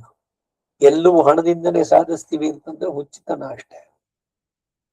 ಅದಕ್ಕಾಗಿ ಎಲ್ಲ ಇಲ್ಲಿ ಒಂದೊಂದ ಹೇಳ್ತಾ ಇದ್ದಾನೆ. ಈ ಪೂಜಿನಿ ಗುಬ್ಬಚ್ಚಿ ಹೇಳ್ತಾ ಇದೆ, ಕೈ ಹಿಡಿದ ಹೆಂಡತಿ ಬರೀ ಕ್ಷೇತ್ರ ಎನ್ನಿಸ್ತಾಳೆ, ಮಗನು ಅದರಲ್ಲಿ ಬಿತ್ತಿದ ಬೀಜ ಮಾತ್ರ. ಒಡ ಹುಟ್ಟಿದವರು ದಾಯಾದಿಗಳು ಕೂಡ ಎಂದಿಗೂ ಶತ್ರುಗಳೇ. ಕೈ ನೆನೆಯುತ್ತಿರುವವರಿಗೆ, ಉಪಕಾರ ಹೊಂದುತ್ತಿರುವವರಿಗೆ ಮಾತ್ರವೇ ಮಿತ್ರರು. ಆತ್ಮ ಒಂದೇ ಸುಖ ದುಃಖಗಳನ್ನ ಅನುಭವಿಸ್ತಕ್ಕದ್ದು. ಹೇ ರಾಜೇಂದ್ರ, ಒಬ್ಬರಿಗೊಬ್ಬರಿಗೆ ವಿರೋಧವನ್ನ ಉಂಟು ಮಾಡಿದ ಮೇಲೆ ಅವರಲ್ಲಿ ಸಂಧಿ ಎಂಬುದು ನಡೆಯುವುದೇ ಇಲ್ಲ. ನಾನು ನಿನ್ನಲ್ಲಿ ಯಾವ ಕಾರಣಕ್ಕಾಗಿ ಇರುತ್ತಿದ್ದನೋ ಆ ಕಾರಣ ತೀರ್ಹೋಯ್ತು. ಅಂದ್ರೆ ನಿನ್ನೊಡನೆ ಸ್ನೇಹ ಒಂದು, ನನ್ನ ಮರಿಯನ್ನು ಕಾಪಾಡೋದೊಂದು, ಇವೆರಡೂ ತಪ್ಪಿ ಹೋಯ್ತು. ಮೊದಲು ಅಪಕಾರ ಮಾಡಿದವನನ್ನ ಅಪಕಾರ ಹೊಂದಿದವನು ಪ್ರೇಮದಿಂದ ಕರೆದು ಉಪಚರಿಸಿ ಪೂಜಿಸಿದಟ್ಟು ಅಪಕಾರಿಯ ಮನಸ್ಸಿನಲ್ಲಿ ಭೀತಿ ಹೆಚ್ಚುತ್ತಾ ಇರುತ್ತೆ. ಅವನಿಗೆ ಹೇಗೂ ನಂಬಿಕೆ ಹುಟ್ಟುವುದಿಲ್ಲ. ಇದಕ್ಕೆ ಹೇಳಿದ್ ನಾನು ಕಟ್ ಥ್ರೋಟ್ ಅಂತ. ಒಂದ್ಸಲಿ ಕತ್ತರಿಸ್ಮೇಲೆ ಇನ್ನೊಂದ್ಸಲಿ ಕತ್ತರಿಸೋ ಕತ್ತೆ ಇಲ್ಲ, ಅಲ್ಲಿ ನಂಬಿಕೆ ಹೋಯ್ತು. ನಂಬಿಕೆಯನ್ನು ಉಳಿಸ್ಕೊಳ್ಳೋದು ಬಹಳ ಬಹಳ ಮುಖ್ಯ. ನಂಬಿಕೆಗೆ ನಂಬಲಾರ್ಹನಾದವನು ಅಂತ ಹೇಳೋದು ಅದಕ್ಕಾಗಿ. ಅವನು ಮಾಡಿದ ತಪ್ಪಿತವೇ ಅವನನ್ನ ಪದೇ ಪದೇ ಎದುರಿಸುತ್ತೆ. ಎಲ್ಲಿ ಮೊದಲು ತನಗೆ ಸನ್ಮಾನ ಉಂಟಾಗಿ ಆಮೇಲೆ ಅಪಮಾನ ಉಂಟಾಗುವ ಸಂಭವ ತೋರುತ್ತೋ ಅಂತ ಸ್ಥಳವನ್ನು ಬುದ್ಧಿಶಾಲಿಯಾದವನು ಒಡನೆ ಬಿಟ್ಟು ಹೋಗಬೇಕು. ಹೇ ರಾಜೇಂದ್ರ, ನಾನು ನಿನ್ನ ಮನೆಯಲ್ಲಿ ಬಹುಕಾಲದವರೆಗೆ ಯಾವ ತೊಂದರೆ ಇಲ್ಲದೆ ಸುಖವಾಗಿರ್ತಿದ್ದೆ. ಈಗ ನಮ್ಮಿಬ್ಬರಲ್ಲಿ ಅನ್ಯೋನ್ಯ ವಿರೋಧ ನಡೆದೋಯ್ತು. ನಾನು ಇನ್ನು ಹೋಗ್ತೇನೆ, ನೀನು ಸುಖವಾಗಿರು ಎಂದ ಹೇಳ್ತದು. ಆಗ ಬ್ರಹ್ಮದತ್ತ, ಹೇ ಪೂಜನೆ, ಮುಯ್ಯಿಗೆ ಮುಯ್ಯಿ ತೀರಿಸಿಕೊಳ್ಳುವನು ಎಂದಿಗೂ ಅಪರಾಧಿ ಅನಿಸೋದಿಲ್ಲ. ಅವನು ತನ್ನ ಸಾಲವನ್ನ ತೀರಿಸಿ ಬಿಟ್ಟವನೇ ಹೊರತು ಬೇರೆ ಅಲ್ಲ. ಆದ್ದರಿಂದ ನೀನು ಹೆದರಬೇಡ. ಇದಕ್ಕಾಗಿ ನಮ್ಮ ಮನೆಯನ್ನು ಬಿಟ್ಟು ಹೋಗೋದಕ್ಕೆ, ಇಲ್ಲಿಯೇ ಸುಖವಾಗಿರು ಎಂದ. ಅದಕ್ಕೆ ಆ ಪೂಜನೆಯು, ರಾಜೇಂದ್ರ, ಅದು ಹಾಗಲ್ಲ. ಅಪಕಾರ ಮಾಡಿದವನಿಗೂ ಅಪಕಾರಕ್ಕೀಡಾದವನಿಗೂ ತಿರುಗಿ ಸ್ನೇಹ ಎಂಬುದು ಎಂದಿಗೂ ಸೇರಲಾರದು. ಅವರವರ ಹೃದಯವೇ ಆ ವೈರವನ್ನ ತನ್ನಲ್ಲಿ ನೆಲೆಯಾಗಿ ಇಟ್ಟುಕೊಂಡಿರುತ್ತೆ. ಪುನಃ ಬ್ರಹ್ಮದತ್ತ, ಹೇ ಪೂಜನೆ, ನೀನ್ ಹೇಳೋ ತಪ್ಪು. ವೈರಕ್ಕೂ ಶಾಂತಿ ಉಂಟು. ಅಪರಾಧ ಮಾಡಿದವನಿಗೋ ಅಪರಾಧಕ್ಕೆ ಗುರಿಯಾದವನಿಗೋ ತಿರುಗಿ ಸ್ನೇಹ ಘಟಿಸುವುದೇ ಇಲ್ಲ ಎಂಬುದು ಸುಳ್ಳು. ವೈರವು ಶಾಂತವಾದ ಮೇಲೆ ತಿರುಗಿ ಪಾಪಗಾರಿಗೆ ಯಾರು ಕೈ ಇಕ್ಕಲ್ಲ. ಪೂಜನೆ ಹೇಳಿದ, ವೈರಕ್ಕೆ ಎಂದಿಗೂ ತೀರಿಗೆ ಎಂಬುದಿಲ್ಲ. ವೈರ ಎಂಬುದು ಮನಸ್ಸಿನಲ್ಲಿ ಸ್ಥಿರವಾಗಿ ನಿಂತು ಹೋಗುತ್ತೆ. ತನ್ನಿಂದ ಕೇಡನ್ನು ಹೊಂದಿದವನು ಎಷ್ಟೇ ಸಮಾಧಾನಗಳನ್ನು ಹೇಳಿದ್ರು ಕೂಡ ಆ ಮಾತುಗಳನ್ನ ನಂಬಿ ತಾನು ಸಂತೋಷಿಸಬಾರದು. ವಿಶ್ವಾಸದಿಂದಲೇ ಪ್ರಾಣಿಗಳು ಸಿಕ್ಕಿನಲ್ಲಿ ಬೀಳ್ತವೆ. ಆದ್ದರಿಂದ ನಂಬಿಕೆ ಎಂಬುದೇ ಅಪಾಯಕರ. ಅಪರಾಧಕ್ಕೀಡಾದವರ ಕಣ್ಮರೆಯಾಗಿರುವುದೇ ಉತ್ತಮ. ಹೇ ರಾಜೇಂದ್ರ, ಹರಿತವಾದ ಶಸ್ತ್ರಗಳಿಂದಲೂ ಅಡಗಿಸಲ್ಪಡಲಾರದಂತ ಮೂರ್ಖರು ಕೂಡ ಹೆಣ್ಣಾನೆಗಳಿಂದ ಗಂಡಾನೆಗಳು ಹೇಗೋ ಹಾಗೆ ಸಾಮೋಪಾಯಕ್ಕೆ ಮರುಳಾಗಿ ಸಿಕ್ಕಿ ಬೀಳ್ತಾರೆ. ಈ ಆನೆಗಳನ್ನ ಏನ್ ಮಾಡ್ತಾರಲ್ಲ, ಆನೆಗಳನ್ನ ಹಿಡಿದು ಮಾಡೋದಕ್ಕೆ ಖೆಡ್ಡ ಅಂತ ಅಂದ್ಬಿಟ್ಟಿಂದ ಎಲ್ಲ ಹೇಳ್ತಾ ಇದ್ದಿದ್ದು. ಇದಕ್ಕೇನ್ ಮಾಡ್ತಾರೆ ಅಂದ್ರೆ, ಸಾಕಿದ ಆನೆಗಳು, ಅದರಲ್ಲಿ ಹೆಣ್ಣಾನೆಗಳು, ಅವುಗಳನ್ನು ಕರ್ಕೊಂಡು ಕಾಡಿಗೆ ಹೋಗೋದು. ಅದು ಕಾಡಿನಲ್ಲಿಯೇ ಇರುವಂತಹ ಗಂಡಾನೆಗಳು ಜೋರಾಗಿರೋದು, ಇದನ್ನ ಮಣಿಸಿ ಅದು ಕರ್ಕೊಂಡ್ ಬರುತ್ತೆ. ಅದನ್ನ ಒಂದು ದೊಡ್ಡ ಹಳ್ಳ, ಅದನ್ನೆಲ್ಲ ಸೊಪ್ಪಾಕಿ ಮುಚ್ಚಿರ್ತಾರೆ.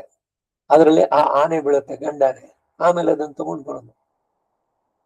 ಈ ಮಡಿಕೇರಿ ಹತ್ರ ದುಬಾರಿ ಅಂತ ಒಂದ್ ಕಡೆ ಅಲ್ಲೆಲ್ಲ ಹೋಗಿದ್ದೆ ನಾನು.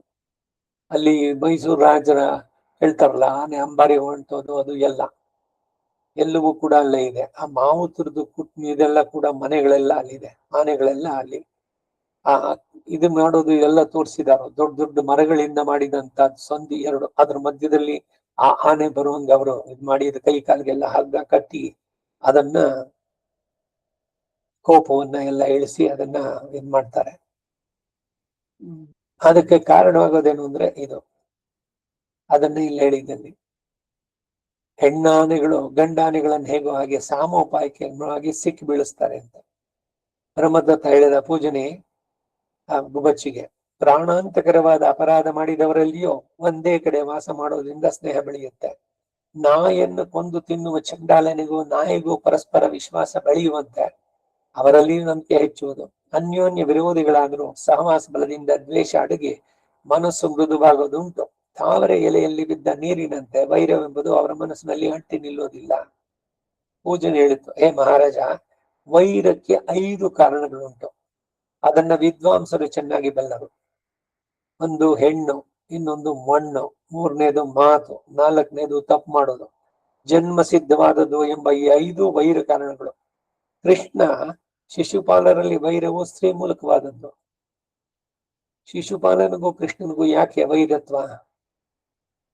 ಆ ಶಿಶುಪಾಲ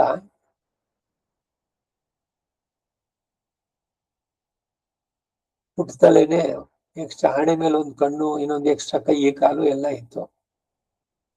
ಆಕಾಶವಾಣಿ ನುಡಿಯಿತು. ಈ ತಾಯಿ ಆದವಳು ನೋಡಿದ್ದು ಅಲ್ಲಿ ತಮಾಷೆ ಎಷ್ಟು ಚೆನ್ನಾಗಿದೆ ಅಂತ ಭಾಗವತದಲ್ಲಿ ಉಲ್ಲೇಖ ಬರ್ಬೇಕಾದ್ರೆ, ಆ ಸ್ವಲ್ಪ ವಿಕೃತವಾದದ್ದು ತಾನೆ ಇದು, ಸಾಮಾನ್ಯವಾದಂತ ಮಗು ಅಂತಿಲ್ಲ. ಅದಕ್ಕೆ ಆ ತಾಯಿಯಾದವಳು ಈ ಮಗು ಯಾವಾಗ ಸಾಯುತ್ತೆ ಅಂತ ಕೇಳಿದ್ಲು. ಅಶರೀರವಾಣಿ ನುಡಿತು, ಯಾರ ತೊಡೆ ಮೇಲೆ ನೀನು ಮಲಗಿಸಿದಾಗ ಆ ಎಕ್ಸ್ಟ್ರಾ ಕಣ್ಣು ಕೈ ಕಾಲಿದೆಯಲ್ಲ ಅದೆಲ್ಲ ಹೋದ್ರೆ ಅವನಿಗೆ ಮೃತ್ಯುವಾಗ್ತಾನೆ ಅಂತ ಅಶರೀರವಾಣಿ ನುಡಿತು. ಇದಾದ್ಮೇಲೆ ಏನು ಅಂದ್ರೆ ಅವ್ರಿಗೆ ಇನ್ನೇನ್ ಕೆಲಸ ಇಲ್ಲ. ಯಾರೇ ಅವ್ರ ರಾಜ್ಯದಲ್ಲಿ ಬಂದ್ರೆ ಅವ್ರ ತೊಡೆ ಮೇಲೆ ಮಗುನ್ ಮಲಗಿಸೋದು, ನೋಡೋದು ಏನಾರು ಇದಾಗತ್ತೋ ಅಂತ. ಈ ಇದೆಲ್ಲ ಅನೇಕ ವರ್ಷಗಳಿಂದ ನಡೀತಾ ಇದ್ದಿದ್ದು. ಒಂದ್ಸಲಿ ಕೃಷ್ಣ ಬಲರಾಮರು ಕೂಡ ಹೋದ್ರು. ಧರ್ಮಘೋಷ ಅಂತ ಅವನ ಹೆಸರು, ಇವರ ಅಪ್ಪನ ಹೆಸರು, ಶಿಶುಪಾಲನ ತಂದೆ. ಆ ಶಿಶುಪಾಲನ ತಾಯಿ ಇದ್ದಾಳಲ್ಲ, ಅವಳು ಕೃಷ್ಣನಿಗೆ ಸೋದರತ್ತೆ, ವಸುದೇವನ ತಂಗಿ ಎರಲೊಬ್ಬಳು. ಈ ಕೃಷ್ಣ ಬಲರಾಮರು ಬಂದ್ರು. ಬಲರಾಮ ಅದನ್ನ ಎತ್ಕೊಂಡ, ಇವರೆಲ್ಲ ಯೂಶಲ್ ಮಾಡದಂತೆ ಮಲಗಿಸಿದ್ರು. ಕೃಷ್ಣನ್ ತೊಡೆ ಮೇಲೆ ಮಲಗಿಸಿದ್ರು. ಮಲಗಿದ ತಕ್ಷಣ ಅದ್ರ ಕಣ್ಣು ಕೈ ಕಾಲೆಲ್ಲ ಎಕ್ಸ್ಟ್ರಾ ಏನಿತ್ತು ಎಲ್ಲ ಹೋಗ್ಬಿಟ್ಟು ನಾರ್ಮಲ್, 2 ಕೈ 2 ಕಾಲ ಇದು ಉಂಟಾಯ್ತು. ಈ ಸೋದರತ್ತೆ ಕೃಷ್ಣನನ್ನ, ಹೇ ಕೃಷ್ಣ, ನೀನ್ ನನ್ ಮಗನ್ ಕೊಲ್ತೀಯೇನೋ ಅಂತ ಅಂದ್ಲ. ನಿನಗೆ ಮೊದಲನೇನೆ ಅತಿಯಾದ ಏನು ಕ್ಯೂರಿಯಾಸಿಟಿಗಳು, ಅಂದ್ರೆ ಏನೋ ತಿಳಿಬೇಕು ಮುಂದೆ ಏನಾಗುತ್ತೆ ಅಂತ, ಆ ರೀತಿಯ ಹುಚ್ಚು ಅದರಿಂದನೇ ತಪ್ಪು. ಮೊದಲು ಹುಟ್ಟಿದಾಗ ನೀನು ಕೇಳಿದೆಲ್ಲ ಅಶರೀರವಾಣಿ ಹೇಳಿತು ಅಂತ, ಅದೇ ತಪ್ಪು. ಯಾರು ತಾಯಿ ತನ್ನ ಮಗು ಹುಟ್ಟಿದ ಮೇಲೆ ಇದು ಯಾವಾಗ ಸಾಯುತ್ತೆ ಅಂತ ಯಾರು ಕೇಳ್ತಾರೇನು? ಹುಟ್ಟಿದವರೆಲ್ಲ ಸಾಯ್ಲೇಬೇಕು ತಾನೆ, ಇದು ಎಲ್ರಿಗೂ ತಿಳಿದಂತ ಸತ್ಯ. ಆದ್ರೆ ಒಪ್ಕೊಳ್ಳಕ್ಕೆ ಯಾರು ಸಿದ್ರಿಲ್ಲ.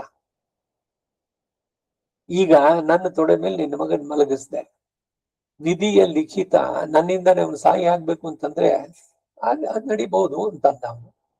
ಅದಕ್ಕೆ ಅವಳು ಬಹಳಷ್ಟು ಕೇಳ್ಕೊಂಡ್ಲು, ನೋಡು ನಾನ್ ನಿನ್ ಪ್ರೀತಿಯ ಸೋದರತೆ ಅಲ್ವಾ, ನೀನು ಅವನ ತಪ್ಪನ್ನು ಕ್ಷಮಿಸ್ಬೇಕು ಅಂತ. ಸರಿ, ಸಂಬಂಧ ಅದಕ್ಕಾಗಿ ಹೇಳ್ತಾ ಇದೆಯಾ, 100 ತಪ್ಪುಗಳನ್ನ ನಾನು ಒಪ್ಕೊಳ್ತೀನಿ, ತಪ್ಪಿಸ್ತೇನೆ, ಅದನ್ನ ಕ್ಷಮಿಸ್ತೇನೆ, 101ನೇ ಮಾಡಿದಾಗ ಅವನು ಕೊಲ್ತೀನಿ ಅಂತ ಅವನು. ಹೀಗೆ ಈ ಕತೆ ಅವನಿಗೂ ಗೊತ್ತು. ಮುಂದಕ್ಕೆ ಶಿಶುಪಾಲನಿಗೆ ಅವನಿಗೆ ಅದೇನೇ ಜಾಸ್ತಿ ಆಯ್ತು. ಪ್ರತಿ ಸಲಿನೂ ಅವನನ್ನ ವೈರತ್ವ ಅನ್ನೋದು ಬರೋದಕ್ಕೆ ಕಾರಣವಾಗಿದ್ದು. ಹೀಗೆ ಕಡೆಗೆ ಇಲ್ಲಿ ಭೀಷ್ಮ, ಸಹದೇವ ಇವರೆಲ್ಲ ಧರ್ಮರಾಜನಿಗೆ ಇದ್ ಮಾಡ್ಬೇಕಾದ್ರೆ ಅಗ್ರ ಪೂಜೆ ಯಾರಿಗೆ ನಡಿಬೇಕು, ಮೊದಲ ಪೂಜೆ ಯಾರಿಗೆ ಅಂತ ಸಹದೇವ ಹೇಳ್ದ, ಅವನು ಸಾಕ್ಷಾತ್ ಪರಬ್ರಹ್ಮ, ಅವನು ಸೋದರತೆ ಮಗ ಅನ್ನೋದಾದ್ಮೇಲೆ ಕೃಷ್ಣನಿಗೆ ನಡೆಸೋದು ಒಳ್ಳೇದು ಅಂತ. ಭೀಷ್ಮ ಅದಕ್ಕೆ ಹೇಳ್ದ, ಹೌದು ಅವನು ಹೇಳೋದು ಸರಿಯಾಗಿದೆ, ಕೃಷ್ಣನಿಗೆ ಅಗ್ರ ಪೂಜೆ ನಡೀಲಿ ಅಂತ. ಸಭೆಯಲ್ಲಿ ಎಲ್ಲರೂ ಒಪ್ಕೊಂಡಿದ್ದಾರೆ. ಆ ಸಭೆಯಲ್ಲಿ ಇವನು ಇದ್ದ ಶಿಶುಪಾಲ, ಅವನು ಇವನನ್ನ ಬೈಯೋಕ್ ಶುರು ಮಾಡದ. ಎಲ್ರು ಕೇಳೋದಕ್ಕೂ ಆಗೋಲ್ಲ ಅಷ್ಟ್ರ ಮಟ್ಟಿಗೆ. ಅವನ್ ನೀಚ, ಜಾರ, ಹಾದ್ ಮಾಡ್ದ, ಕಳ್ತನ ಮಾಡ್ದ, ಗೊಲ್ರ ಜೊತೆನಲ್ಲಿದ್ದ. ಅವನ ಪೂಜೆನೆ ಭೀಷ್ಮನಿಗೆ ಮಾಡಿ, ಇಲ್ಲ ಬೇರೆ ಇಲ್ವಾ, ದ್ರೋಣಾಚಾರ್ಯ ಇಲ್ವಾ ನಿಮ್ಗೆ ಗುರು, ಅವನಿಗೆ ಮಾಡಿ, ಬೇರೆಯವರಿಲ್ವಾ, ಹಾಗೆ ಹೀಗೆ ಅಂತೇಳಿ 100 ಅವನು ನಿಂದನೆಯನ್ನ ಕೇಳ್ತಾ ಕೂತಿದ್ದ. 101 ಹೇಳಿದ ತಕ್ಷಣ ಚಕ್ರ ಎತ್ತದ, ಅವನ್ ತಲೆ ತೆಗೆದ ಶಿಶುಪಾಲನ. ಹೀಗೆ ಒಂದೊಂದ್ರಲ್ಲೂ ಬರೋದು. ಕೃಷ್ಣ ಶಿಶುಪಾಲರಲ್ಲಿ ವೈರವು ಆ ಸ್ತ್ರೀ ಮೂಲಕವಾದದ್ದು, ಅವನ ತಾಯಿಯಿಂದ. ಕೌರವ ಪಾಂಡವರ ವೈರ ಭೂ ಸಂಬಂಧವಾದದ್ದು, ಭೂಮಿ ವ್ಯಾಜ್ಯ, ಹಸ್ತಿನಾಪುರದ ಅರಸೊತ್ತಿಗೆ ನನಗೆ ಬೇಕು ಇವ್ರಿಗೆ ಬೇಕು ಅಂತ. ಮಕ್ಕಳ ಭವಿಷ್ಯಕ್ಕೆ ಕಕ್ಕುಲಿತೆಗೊಳ್ಳಬೇಡ, ಪಕ್ಕ ಆಗುವುದು ಭಾಗ್ಯ ಎಂತೆಂತು ಜಗದಿ, ದಕ್ಕಿತೇಂ ಕುರು ಪಾಂಡು ತನಿಯರ್ಗೆ ರಾಜ್ಯ ಸುಖ, ದಿಕ್ಕವರಿಗವರವರೇ ಮಂಕುತಿಮ್ಮ. ಪಾಂಡವರು ಕೌರವರು ಅವರಿಬ್ರೇನು ಅಣ್ಣ ತಮ್ಮಂದ್ರ ಮಕ್ಕಳು. ಧೃತರಾಷ್ಟ್ರ, ಪಾಂಡು ಓನ್ ಬ್ರದರ್ಸ್, ಸ್ವಂತ ಅಣ್ಣ ತಮ್ಮಂದ್ರು. ಅವರಲ್ಲಿ ರಾಜ್ಯದ ಭಾಗ, ಅದಕ್ಕಾಗಿ ಇವರಲ್ಲಿ ವೈರ. ಈಗ ಯುದ್ಧ ನಡೀತು 18 ದಿವಸ, 18 ಅಕ್ಷೋಹಿಣಿ ಸೈನ್ಯ, ಎಲ್ಲರೂ ಸತ್ರು, ಎಲ್ಲ ಬಂಧುಗಳು ಇವರೆಲ್ಲರೂ ಕೂಡ. 2 ಕಡೆಯಲ್ಲಿ, ಬರೀ ಒಂದ್ ಕಡೆ ಅಲ್ಲ. ಕಡೆಗೆ ಪಾಂಡವರ ಮಕ್ಕಳು ರಾಜ್ಯವಾಳಿದ್ರೆ, ಇಲ್ಲ ಕೌರವರ ಮಕ್ಕಳು ರಾಜ್ಯಭಾರ ಮಾಡಿದ್ರೆ. ಇಬ್ಬರು ಮಕ್ಕಳು ರಾಜ್ಯ ಆಗ್ಲಿಲ್ಲ. ಉಪ ಪಾಂಡವನ್ನೆಲ್ಲ ಇವಳಕ್ಕೂ ಕೊಂದರಲ್ಲ ಅಶ್ವತ್ಥಾಮ ಹೋಗಿ. ಕೌರವರ ಕಡೆಯಲ್ಲಿ ಇವನೇ ಎಲ್ಲ ಮುಗಿಸಿದ್ದ. ಅವರ ಮಕ್ಕಳು ಅವರುಗಳು ಯಾರು ಒಳ್ಳಿಲ್ಲ. ಭೀಮಸೇನ 100 ಜನ ಮಕ್ಕಳನ್ನು ನಾನ್ ಕೊಲ್ತೀನಿ ಎಂದ, ತನ್ನ ಕಸಿನ್ಸ್ ಇಲ್ಲ ಒಂದಕ್ಕೊಂದಕ್ಕೆ. ಇವನು ಸುಭದ್ರ, ಅರ್ಜುನ, ಅವರ ಮಗ ಅಭಿಮನ್ಯು, ಅಭಿಮನ್ಯುವು ಉತ್ತರೆ, ಅವರ ಮಗ ಅದು ಏನೋ ಇವನು ಬ್ರಹ್ಮಾಸ್ತ್ರಕ್ಕೀಡಾಗಿ ಗರ್ಭದಲ್ಲೇ ಹೋಗಿ ಸತ್ತ ಮೃತ್ಪಿಂಡ. ಕೃಷ್ಣ, ಏನು ನಿನ್ನ ಬ್ರಹ್ಮಾಸ್ತ್ರದಿಂದ ನೀನು ಎಲ್ಲವನ್ನು ಬದಲಾಯಿಸ್ಬಿಡ್ತೀಯೋ, ನೋಡು ನಾನು ಬದುಕಿಸ್ತೀನಿ ಅಂತ ಅವನ ಕಾಲಿನ ಸ್ಪರ್ಶದಿಂದಾನೇ ಅದನ್ನು ಬದುಕಿಸಿದ. ಅದಕ್ಕೆ ಅವನಿಗೆ ಪರೀಕ್ಷಿತ್ ಅಂತ ಹೆಸರು. ಒಟ್ಟಿನಲ್ಲಿ ಸ್ವಂತ ಮಕ್ಕಳು ಏನಾಗ್ಲಿಲ್ಲಲ್ಲ, ಮೊಮ್ಮಕ್ಕಳು ಮರಿ ಮಕ್ಕಳಲ್ಲಿ ಅವನು ಪರೀಕ್ಷಿತನ ಮಗ ಜನಮೇಜಯ. ಭೂ ಕಲಹಗಳು, ಈ ಲ್ಯಾಂಡ್ ಡಿಸ್ಪ್ಯೂಟ್ಸು, ಈ ಆಸ್ತಿಯಲ್ಲಿ ವ್ಯವಹಾರ, ಅದರದಕ್ಕೆ ಗಲಾಟೆಗಳು, ಇವೆಲ್ಲ ಬೇಕಾ ಅಂತ. ಇರೋ ನಮ್ಮ ಬಾಳೆ ಎಷ್ಟು, ಏನನ್ನ ನಾವಿಲ್ಲಿ ತಗೊಂಡು ಹೋಗ್ತೀವಿ, ನಮ್ಮ ಸುತ್ತಮುತ್ತ ಎಲ್ಲವನ್ನು ನೋಡಿದ್ದೀವಿ, ಹಿಂದಿನ ಎಲ್ಲ ಚರಿತ್ರೆನಲ್ಲೂ ಅಷ್ಟೇ. ಯಾರು ಸತ್ತ ಮೇಲೆ ಏನನ್ನು ತಗೊಂಡು ಹೋಗಕ್ಕಾಗಲ್ಲ. ಅವ್ರು ತಗೊಂಡು ಹೋಗೋದು ಅವರು ಮಾಡಿದ ಸತ್ಕರ್ಮ ಅಥವಾ ಕೆಟ್ಟ ಕರ್ಮ, ಅದು ಇವರಿಗೆ ಆ ಕರ್ಮದ ಫಲ ಒಂದು ಇವರನ್ನ ಬೆನ್ನು ಬಿಡದೆ ಬರುತ್ತೆ ಜೊತೆಗೆ ಅಂತ. ಇನ್ಯಾವ ಈ ಐಹಿಕವಾದಂತ ಯಾವುದು ಬರುವುದಿಲ್ಲ ಭೂಮಿಗಾಗಿ, ಇದಕ್ಕಾಗಿ.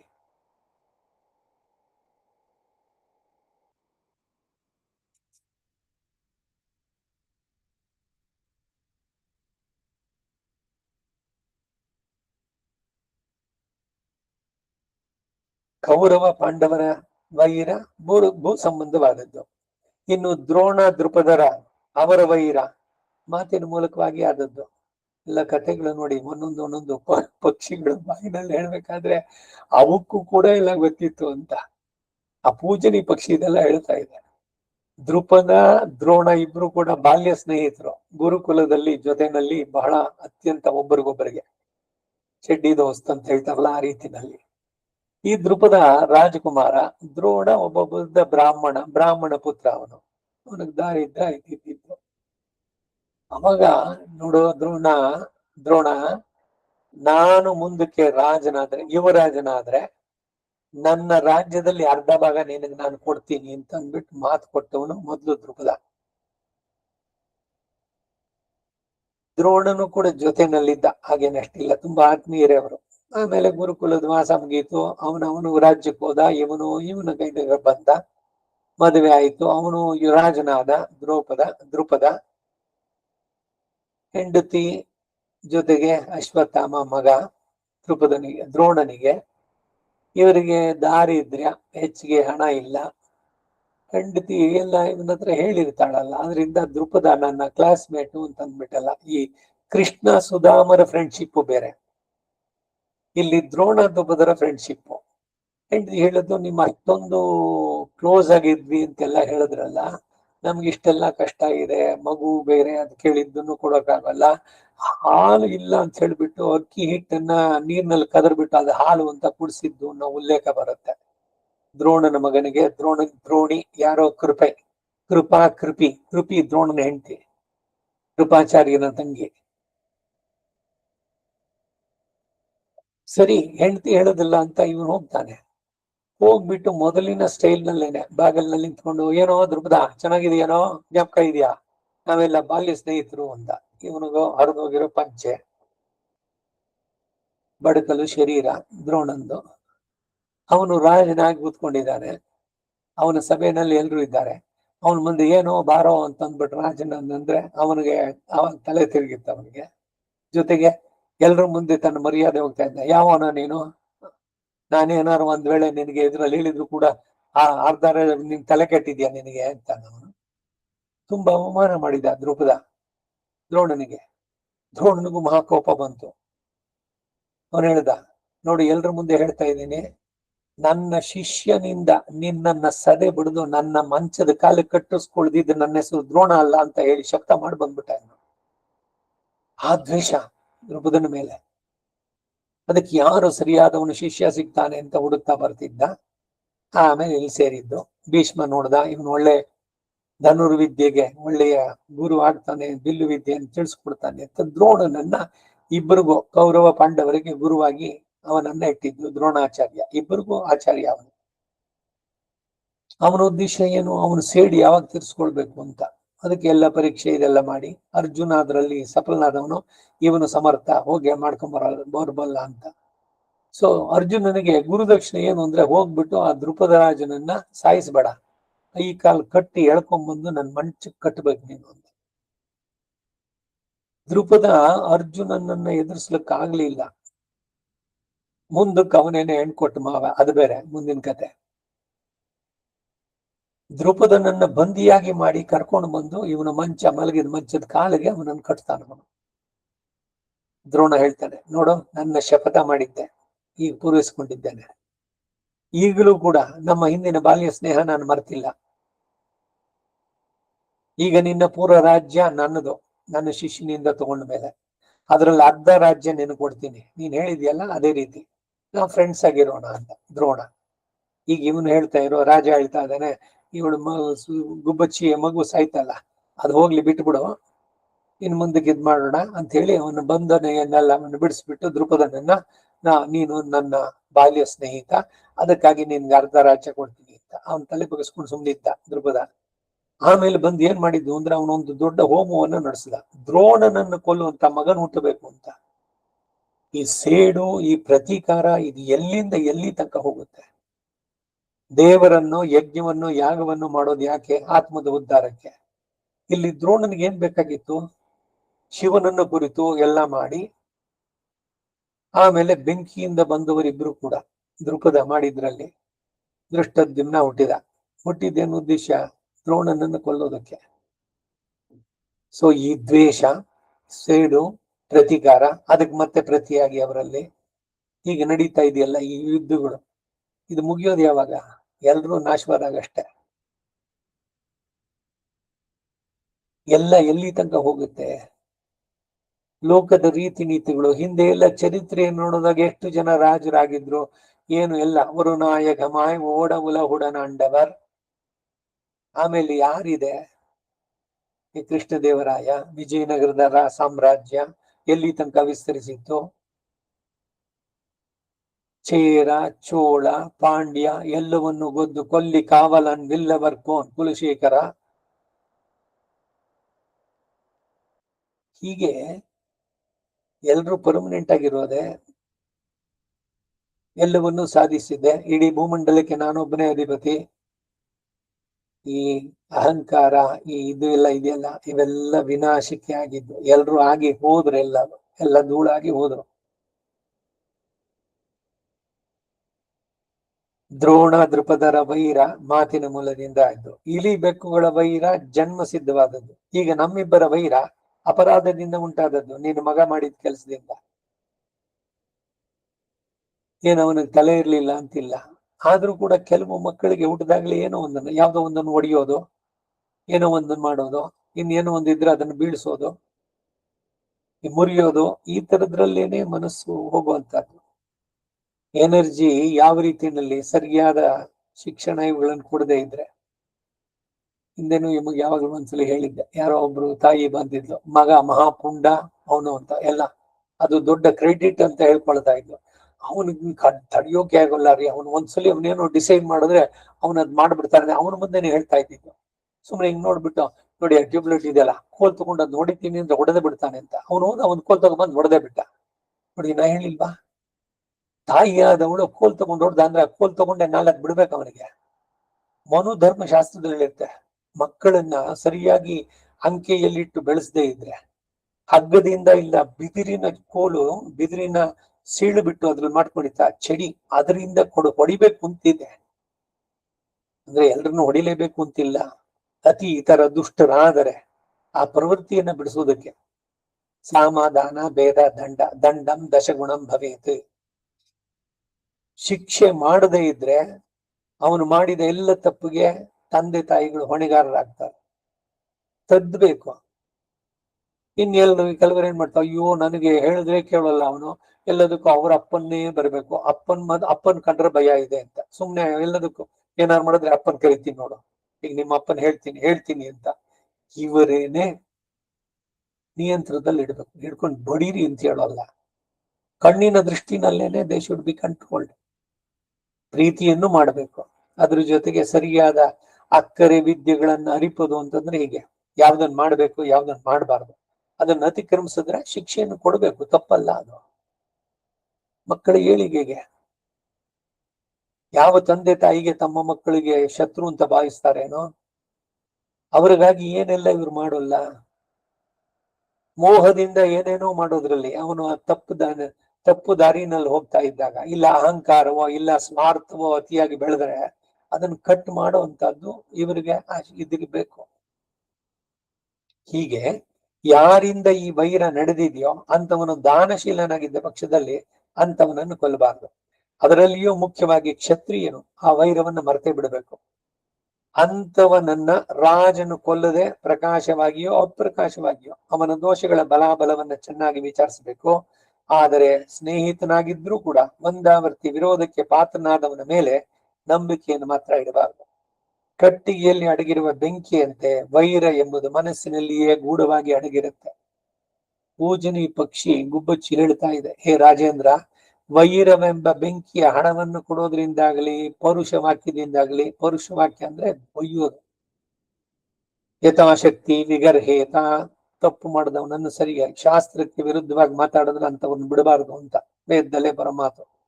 ಮೃದು ವಾಕ್ಯದಿಂದಾಗಲಿ, ಪೌರುಷ ವಾಕ್ಯದಿಂದಾಗಲಿ, ಶಾಸ್ತ್ರ ಪಠಣಗಳಿಂದಾಗಲಿ ಅಡಗುವ ಹಾಗಿಲ್ಲ. ಸಮುದ್ರದಲ್ಲಿ ಬಡಬಾಗ್ನಿ ಹೇಗೋ ಹಾಗೆ ವೈರಾಗ್ನಿ ಒಳಗೊಳಗೆ ಕುದೀತಾ ಇರತ್ತೆ. ಹೇ ಮಹಾರಾಜ, ಒಂದಾವರ್ತಿ ಅಪರಾಧದಿಂದ ಹುಟ್ಟಿದ ವೈರ ಎಂಬ ಬೆಂಕಿ ಉರಿಯಲಾರಂಭಿಸಿದ್ರೆ ಉಭಯ ಪಕ್ಷದವರಲ್ಲಿ ಒಬ್ಬನನ್ನು ಸುಡದೆ ಶಮನವಾಗತಕ್ಕದ್ದಲ್ಲ.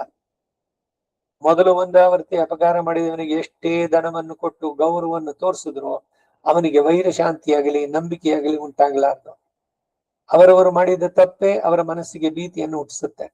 ಇದುವರೆಗೆ ನಾನು ನಿನಗೆ ಯಾವ ಅಪಕಾರವನ್ನು ಮಾಡಿದವನಲ್ಲ, ನಿನ್ನಿಂದ ನನಗೂ ಯಾವ ಅಪಕಾರವೂ ನಡೆದಿದ್ದಿಲ್ಲ ಹಿಂದೆ. ಆದ್ದರಿಂದ ನಾವಿಬ್ಬರು ಒಂದೇ ಕಡೆಯಲ್ಲಿ ಸೇರಿ ಸುಖದಿಂದ ಇದ್ವು. ಈಗ ಅದು ತಪ್ಪೋಯ್ತು, ಇನ್ನು ನಾನು ನಿನ್ನನ್ನ ನಂಬಲಾರೆ.